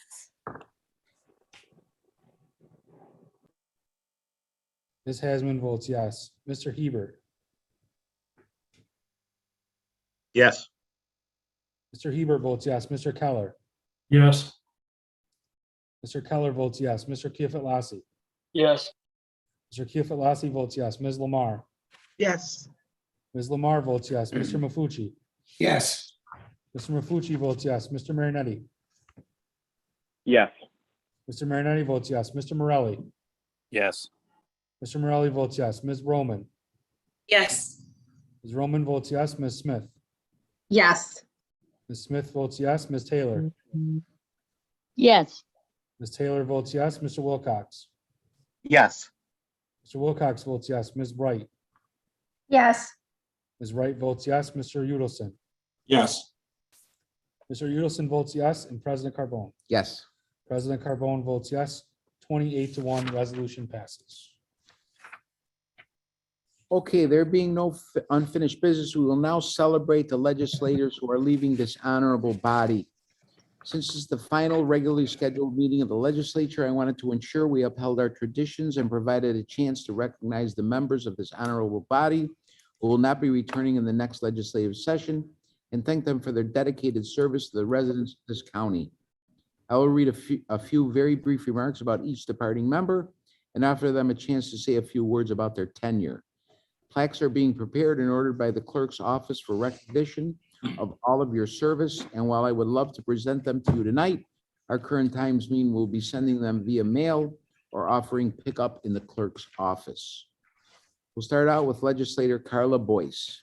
Legislator Carla Boyce served in the legislature from 1993 to 2004 before reaching her term limit. She was reelected in November of 2011, elected again in 2015, and again in 2019. She became the first legislator in Monroe County history to be reelected and come back to the legislature to serve again after she reached her term limit.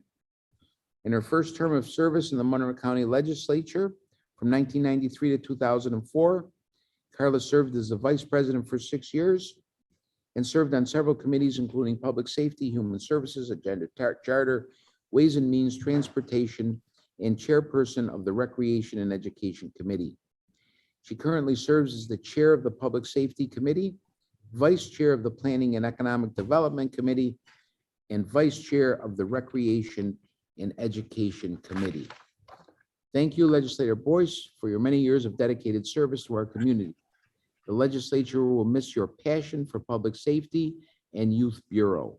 Would you like to say a few words, legislator? I certainly would, if that's okay with you. I don't want to hold anybody up, but I'll take this opportunity to just thank everybody, both sides of the aisle and in between the Black and Asian caucus as well. I shouldn't. But this is a bittersweet time in my life. I've very much enjoyed representing the district that I serve, and I've always had a passion, as President Carbone has said, for public safety as well as a youth in our community. And so it is with a great honor that I move on to another career. I'm going to be graduating from St. John Fisher College with my graduate degree in mental health counseling. And so I'll continue to work within the community and hope to continue to make this a better place. But thank you so much, and I wish everybody well in 2022. I wish all my colleagues who will continue to serve the very best, and I will look forward to having a new representative in our district. Thank you. Very nice. Thank you. Thank you, Carla. Next, we'll talk about Fred Ansello. Legislator Fred Ansello was first elected to represent the 6th Legislative District in the Monroe County Legislature in 2011 and was re-elected in 2015 and 2019. Fred's district includes a portion of the town of Greece, where Fred has been a resident for 35 years. Over the course of his tenure in the legislature, he has served as Assistant Majority Leader and been a member of the Intergovernmental Relations, Environment and Public Works, and Ways and Means Committees. Fred currently serves as the Chair of the Intergovernmental Relations Committee and Vice Chair of the Transportation Committee. Thank you, Fred, for your years of service to the town of Greece and Monroe County. I would like to offer you the opportunity to address the legislature at this time. Thank you, President Carbone, and thank you, legislators. It's been an honor and a privilege to serve in the Monroe County Legislature for the past 10 years. I've lived my entire life in Monroe County, having grown up on the east side of Rochester and lived in the town of Greece the second half of my life. And I've grown to love this area. Despite our less than ideal weather, Monroe County's quality of life ranks high on any list of communities in the U.S. The county legislature has always had the best interests of the majority of the residents of Monroe County in mind, and I hope that I have been able to contribute a small part to accomplish those goals over the last decade. Thank you, and thank you very much. Thank you. Next, I'd like to recognize Legislator Jennifer Wright. Legislator Jennifer Wright was appointed to represent the 8th Legislative District earlier this year. Her district includes a large portion of the town of Webster. Since her appointment, Jennifer has served as chairwoman of the Environment and Public Works Committee and a member of the Public Safety Committee. Thank you, Legislator Wright, for stepping up to serve the town of Webster and Monroe County faithfully. Would you like to say a few words? Yes, thank you, President Carbone. My time here was brief and my comments will be brief as well. It has been a privilege to serve the constituents of the 8th Legislative District and to be a member of this honorable body in a set of some very unusual circumstances surrounding the health and well-being of Matt Terp, the former legislator. He was reelected in November, and we're still hoping and expecting that he will return to this honorable body on January 1st. And I just thank everybody for their support in my short time and welcoming me to participate in such a wonderful group serving Monroe County. So thank you all very much. Thank you. Next, we're going to recognize Legislator Calvin Lee. Legislator Calvin Lee Jr. first served this honorable body from 2001 to 2011. He was appointed in 2020 to serve the people of Monroe County's 25th district. He currently sits on the Planning and Economic Development Committee and the Human Services Committee. Thank you, Legislator Lee, for your continued years of service. Please give us a few words. Legislator Lee. Thank you there, President Carbone. It's been an honor to be able to work and participate in this caucus. I've always knew that we had to put politics aside and put the people business on the front burners. And with doing so, it's been able to do this in the most honorable way, in a bipartisan manner. And I think this is reflective of a lot of the accomplishments that we've done this year. And I think that we'll put out a nice report card to acknowledge some of the accomplishments that we've done, so that that will set a precedent in the future. So I thank this honorable body for allowing me the opportunity to come back and serve, because I've always believed that I am a servant of the people. So thank you. and God bless. Thank you, Legislator Lee. Next, Legislator Frank Kito Fetlasi. Legislator Frank Kito Fetlasi represents Monroe County's 28th Legislative District of Northwest Rochester. Since his election to this honorable body, he has been an active member and currently sits on the Public Safety Committee and the Transportation Committee. Thank you to Legislator Kito Fetlasi for your dedicated service to the Monroe County Legislature. Would you like to say a few words? Sure. Thank you, President Carbone. It's been 2 pretty crazy years, but I can honestly say I wouldn't change a thing about it. When I look back at these 2 years, I look back at being able to positively affect the 28th district and responding to probably 2 of the craziest years I may see in my life with COVID. With all that being said, I continue to plan on doing the work for my community, and I really do truly look forward to the future. Thank you to everybody, and it's been an honor to serve. Thank you. Legislator Ernest Flagler Mitchell was first elected to the 29th Legislative District in 2014. His district encompasses the northeast and northwest of the city of Rochester. During his tenure, he served on the Planning and Economic Development Committee, as well as the Recreation and Education Committee. Thank you to Legislator Ernest Flagler Mitchell for your service to the Monroe County Legislature. Would you like to say a few words? Thank you, Mr. President. I first want to just say thank you all my colleagues on all the sides of the aisle. But I want to give a special thanks to Minority Leader Felder, to Majority Leader Brew, President Carbone, and the Black and Asian Democratic Caucus, because we had a vision when we came to do the poor people's business, and we put politics aside. And what it did, it showed us that both sides, you could be on different parties and can still get stuff done. So I hope that whatever you learn out of this is that it is okay to work with the other side. And so I thank you all once again, and may God bless you, and we'll see you around. Thank you, Legislator. Monroe County Legislator Justin Wilcox represents the 14th Legislative District, which includes the town of Brighton, where he has been a resident for more than 25 years, and the northern portions of the town of Henrietta. Justin was elected in November 2011 to serve a 4-year term, which began on January 1st, 2012, and was reelected in 2015 and 2019. Justin currently serves as the ranking minority member on the Environment and Public Works Committee, and is also a member of the Intergovernmental Relations Committee. Thank you, Legislator Wilcox, for your service to Monroe County. Your passion on the floor will definitely be missed.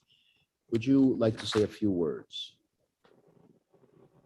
Thank you, President Carbone. I think that's probably one of the reasons why you called this a celebration. You no longer have to listen to me on the floor. I'm going to miss you, Legislator Wilcox. I'll miss you, President Carbone. I would just like to thank the voters for allowing me the opportunity and the privilege of serving the residents of Monroe County for the past 10 years. I also want to thank my fellow legislators.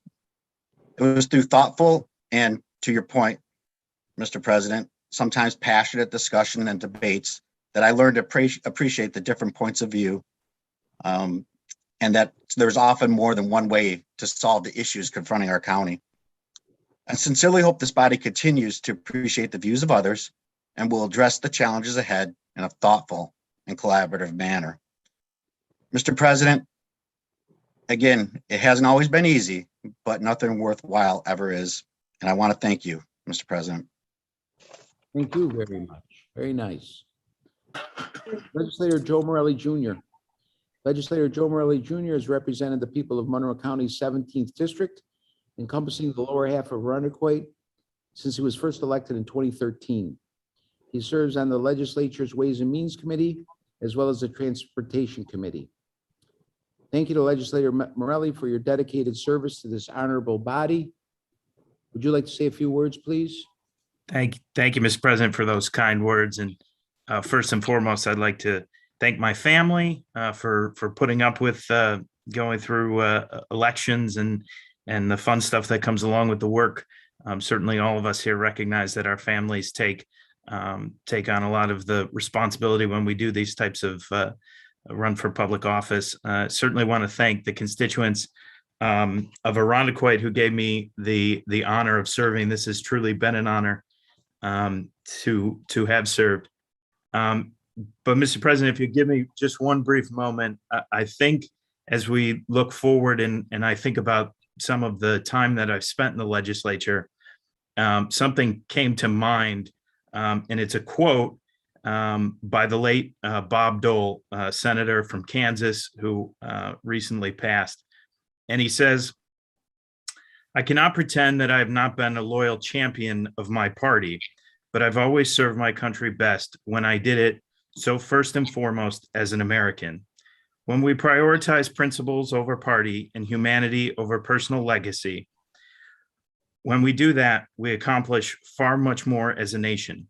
By leading with shared faith in each other, we become America at its best."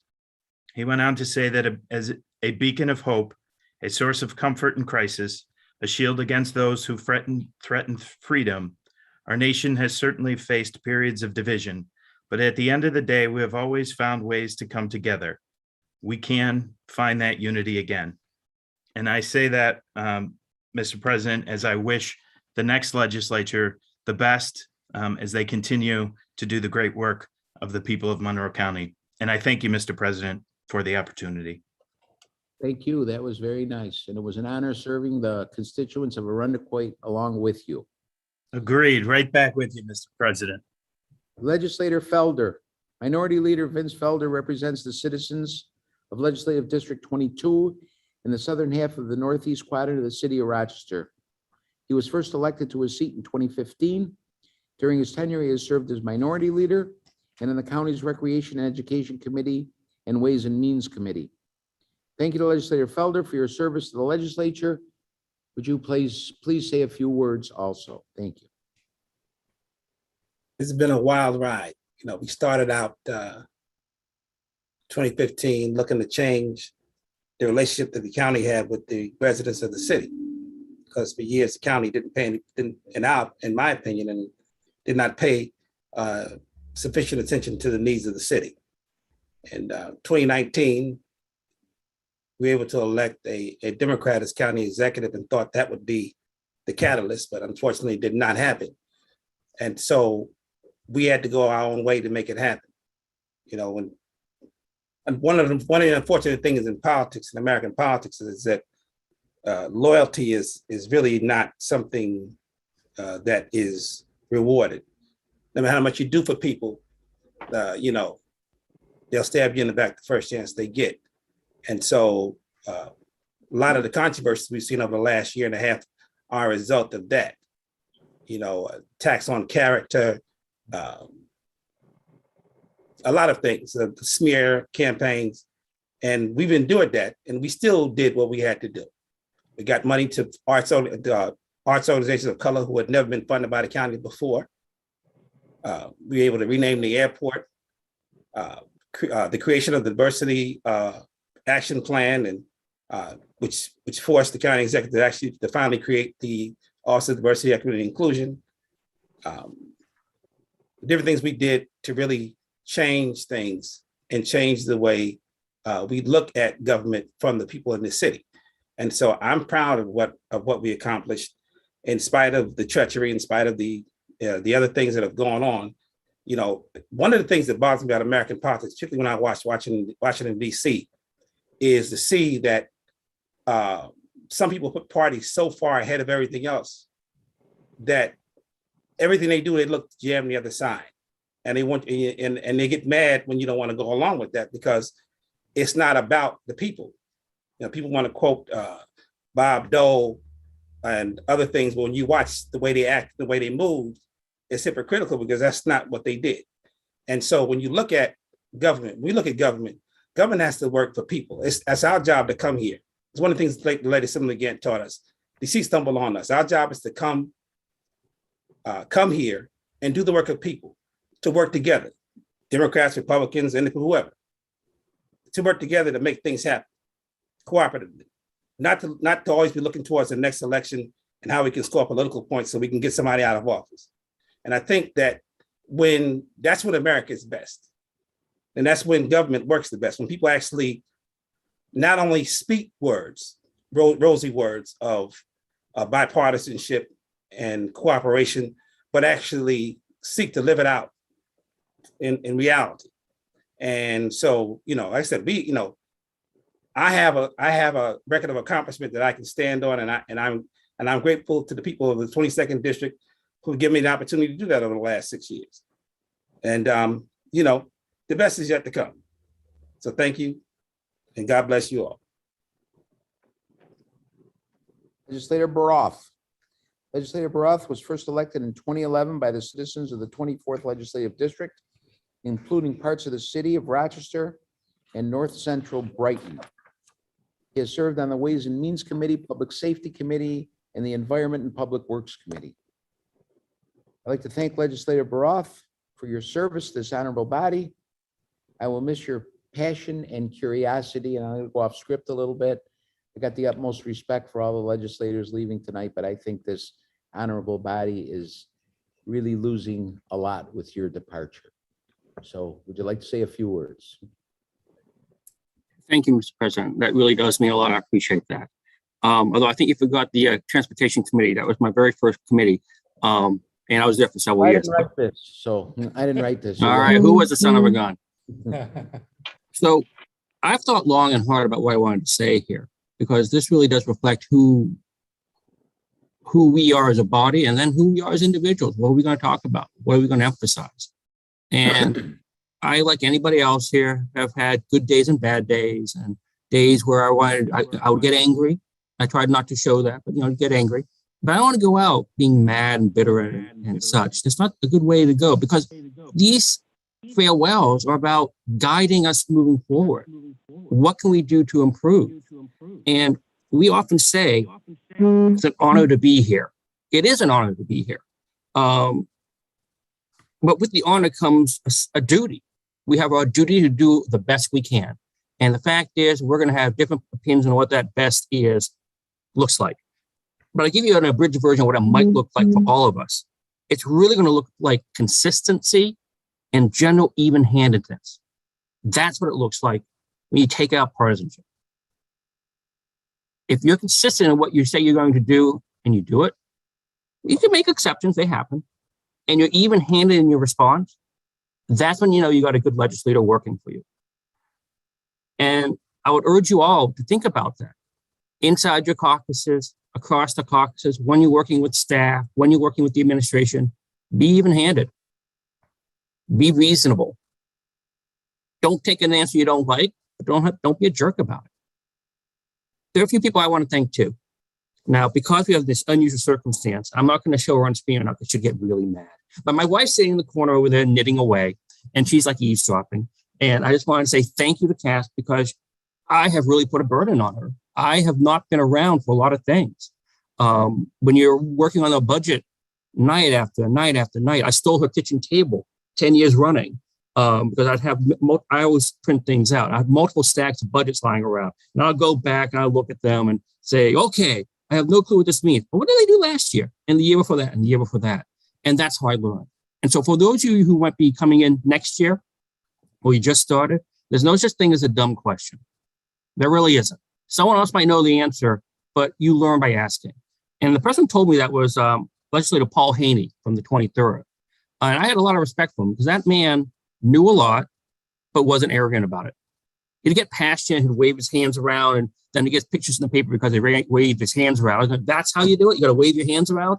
But he meant what he said, and I had a lot of respect for him. Another legislator I have respect for, and some people might be surprised, was Legislator Dick Yolovich.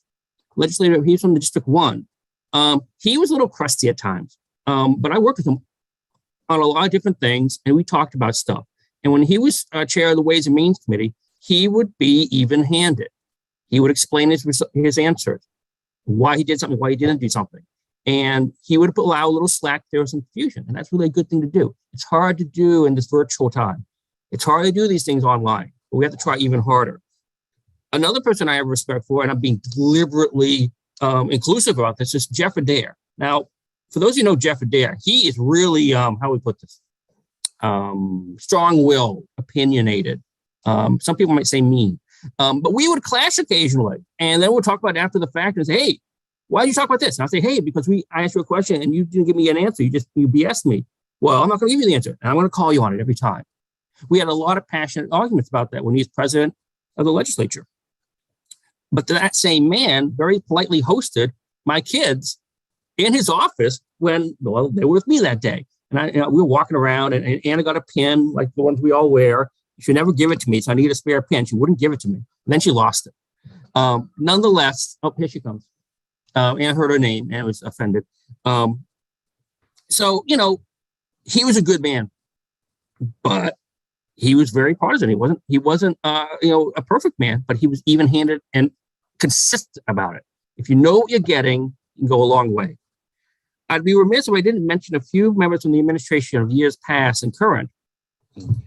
Those of you who might have been around for a while might remember Terry Rice. 2011, he was the chair of the transportation department. And my very first transportation meeting, I love this memory. I went to that meeting, I had researched the crap out of it. And he had a number of bridges and culverts were being repaired. And I asked him why these and not others. And we had this discussion about it, and we turned out we disagreed because I was looking at the state standard and he was looking at the national standard or vice versa. I forget who had what. And they listed the bridges differently. And I don't think anyone on the transportation committee had done that prior. And from there, all of a sudden, he was the most prepared man ever. It was amazing. And then I learned more and more from him. And the same for Mike Garland, who I have harped on for years about the Pure Waters districts. And I still don't totally get it, but we learned a lot about each other. And I think by asking these questions, the administration performs better. Republican or Democrat, if they know people are looking, they perform better. And that's our function, to help them perform better. And then finally, Bob Franklin. Bob Franklin is awesome. And he was awesome when he's under the Republicans, and he's awesome now. He does not BS us. He didn't even, when I was a minority and he was, under Cheryl D'Onofrio, he told the truth. And I think at times he probably got yelled at a few times, but nonetheless, he would tell the truth and explain things to the best of his ability, which is awesome when you're trying to learn about a budget that has a $1.2 billion in it. And so I wanted to recognize him as well. And him and Mike are still here. And I know Thomas Fry, who currently leads transportation. I'm sorry, I don't really have so much interaction with you just because I knew I learned my questions already. There are a few other people I want to mention. Jerry Helfer was an assistant executive, county executive from the early 2010, 2011. And he was with the Republicans. He was very, for those who might remember him, he was what you call a good guy. He would go out of his way to be helpful. He would not betray confidences. He was respectful of what he needed to be respectful of, but he went out of his way to do good. And he's the sort of person we want in any administration. And then, not last, but getting there, the staff members I worked with. I remember my very first day getting my picture taken on an ID card. I had a sweater on, I looked really bad. And Jamie Romeo walked me down to the clerk's office, and I was like, oh my God, I'm going down to the clerk's office. What am I going to do here? And they held my hand. And staff can be really helpful when they hold your hand. And I remember Jamie, Joe Rittler, Dennis O'Brien, and now Saul Manero, who, by the way, I don't think holds my hand that much. I don't think I need it anymore. But staff are the lifeblood, and we need to respect and support them just as they respect and support us. And it's important that we do this, and we encourage them to do the same thing, not just for our own caucuses, but for anybody in that role. And I will say, for the staff members on the other side, in the majority, they've been respectful, and that's what you want. They're appropriate. We do represent people. We are doing our best to represent our constituents, and that's something that's worthy of importance. I think it's something we need to pay attention to. And then finally, I just want to mention the 3 leaders I served under, 4 leaders I served under, 5 leaders I served under. Oh my God, a lot of leaders. I started off with I started with Ted O'Brien when I first came in. Ted O'Brien was our leader of the caucus, and he had a nice approach to life. He threw you into the water. So go ask a question, go find out what you got to do. Okay. Carrie Andrews followed and worked under her for a while. That was great. Same for, I'm blanking. Oh my God, she's gonna get so mad at me. Cynthia Cayley. Cindy Cayley was also a good partner for me. And, I learned a lot about, the challenges that you can face as a female leader from her and also from Carrie, but I was more involved later on. but mainly from her, and then Vince Felder, and then Yaversha Roman. And under each of these leaders, I learned things. And that is the job of the leader. That's what they need to do. So I leave you with this thought. We all know people on both sides of the aisle and in the middle of the aisle that we like and that we don't like. And even some that we may not even respect very much. And that's unfortunate when we have the not respect part, but it happens, it's human. We need to focus on the best of us. We need to focus on what we do well, because what happened last month, last year is much less important. It matters, but it's much less important than what's going to happen tomorrow, because now is a chance where we can actually move forward without me to actually make this body work better. This body has worked worse in the past. It has worked better in the past than it does now. It's done both. Our job, and my parting job to you, is to say, you need to keep working on that, because if you're not doing that in the majority, in the minority, whatever it may be, you're really not doing your duty. You have the honor of being in the legislature, but you have to do the duty of making it better than you found it. I did not mention anyone currently in the legislature. I mentioned people from the past. I did that on purpose because I think people who are currently here and are moving forward, they have an opportunity to do good. What happened in the past is in the past. No matter what, we need to move forward and make things better, not just for our constituents, but for our colleagues' constituents, for the county as a whole. So that's where I'm coming from. I will miss this, mostly. There are times I'd be going, oh my God, another meeting. But generally speaking, yes, I'm going to miss this because it mattered what we did. Even when you were in the minority and you couldn't do something, you thought it was the most logical thing ever. You couldn't do it. It still mattered if you talked about it. So anytime we're having conversations, the last thing we should be doing, if someone hasn't spoken, and I've said this before, I'll say it again, is calling the question if someone's still talking, because they're doing their duty. And it's important we help them do their duty. You got a big job ahead of you. You got to figure out who's going to be in charge next year. Okay, big job. But whoever's in charge next year, make it work for the county. Thank you so much. Thanks for listening to me. And don't forget to add Transportation Committee onto that plaque, because I earned that. Thank you. Noted. Point of order. No, I was just I'd like to thank all the and I Mr. think President, point of order. You're right. I should have said that.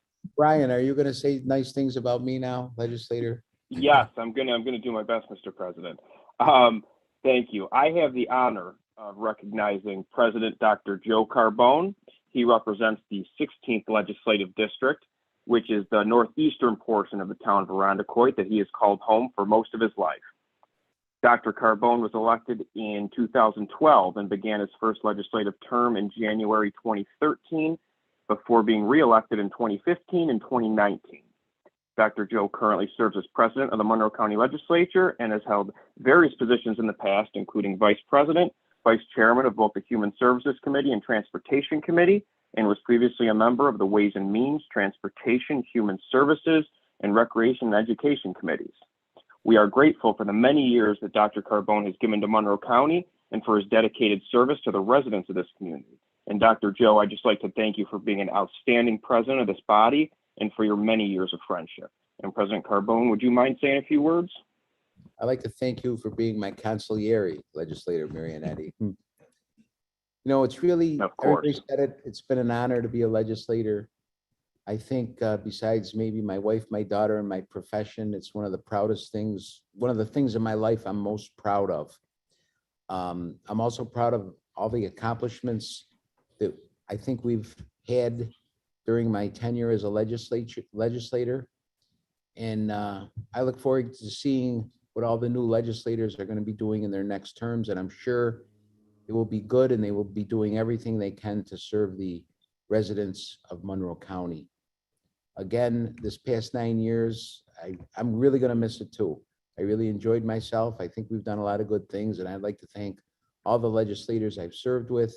I'd like to thank all the staff that have helped me along the way. And God bless, Merry Christmas, Happy Holidays, and Hope to see y'all soon under different circumstances. Thank you. Legislator Brew. Merry Christmas, Happy New Year, Feliz Navidad. Merry Christmas, everybody. Happy New Year's. Yes. Thank you, President Carbone. We stand adjourned until Friday, December 17th, 2021 at 5 p.m.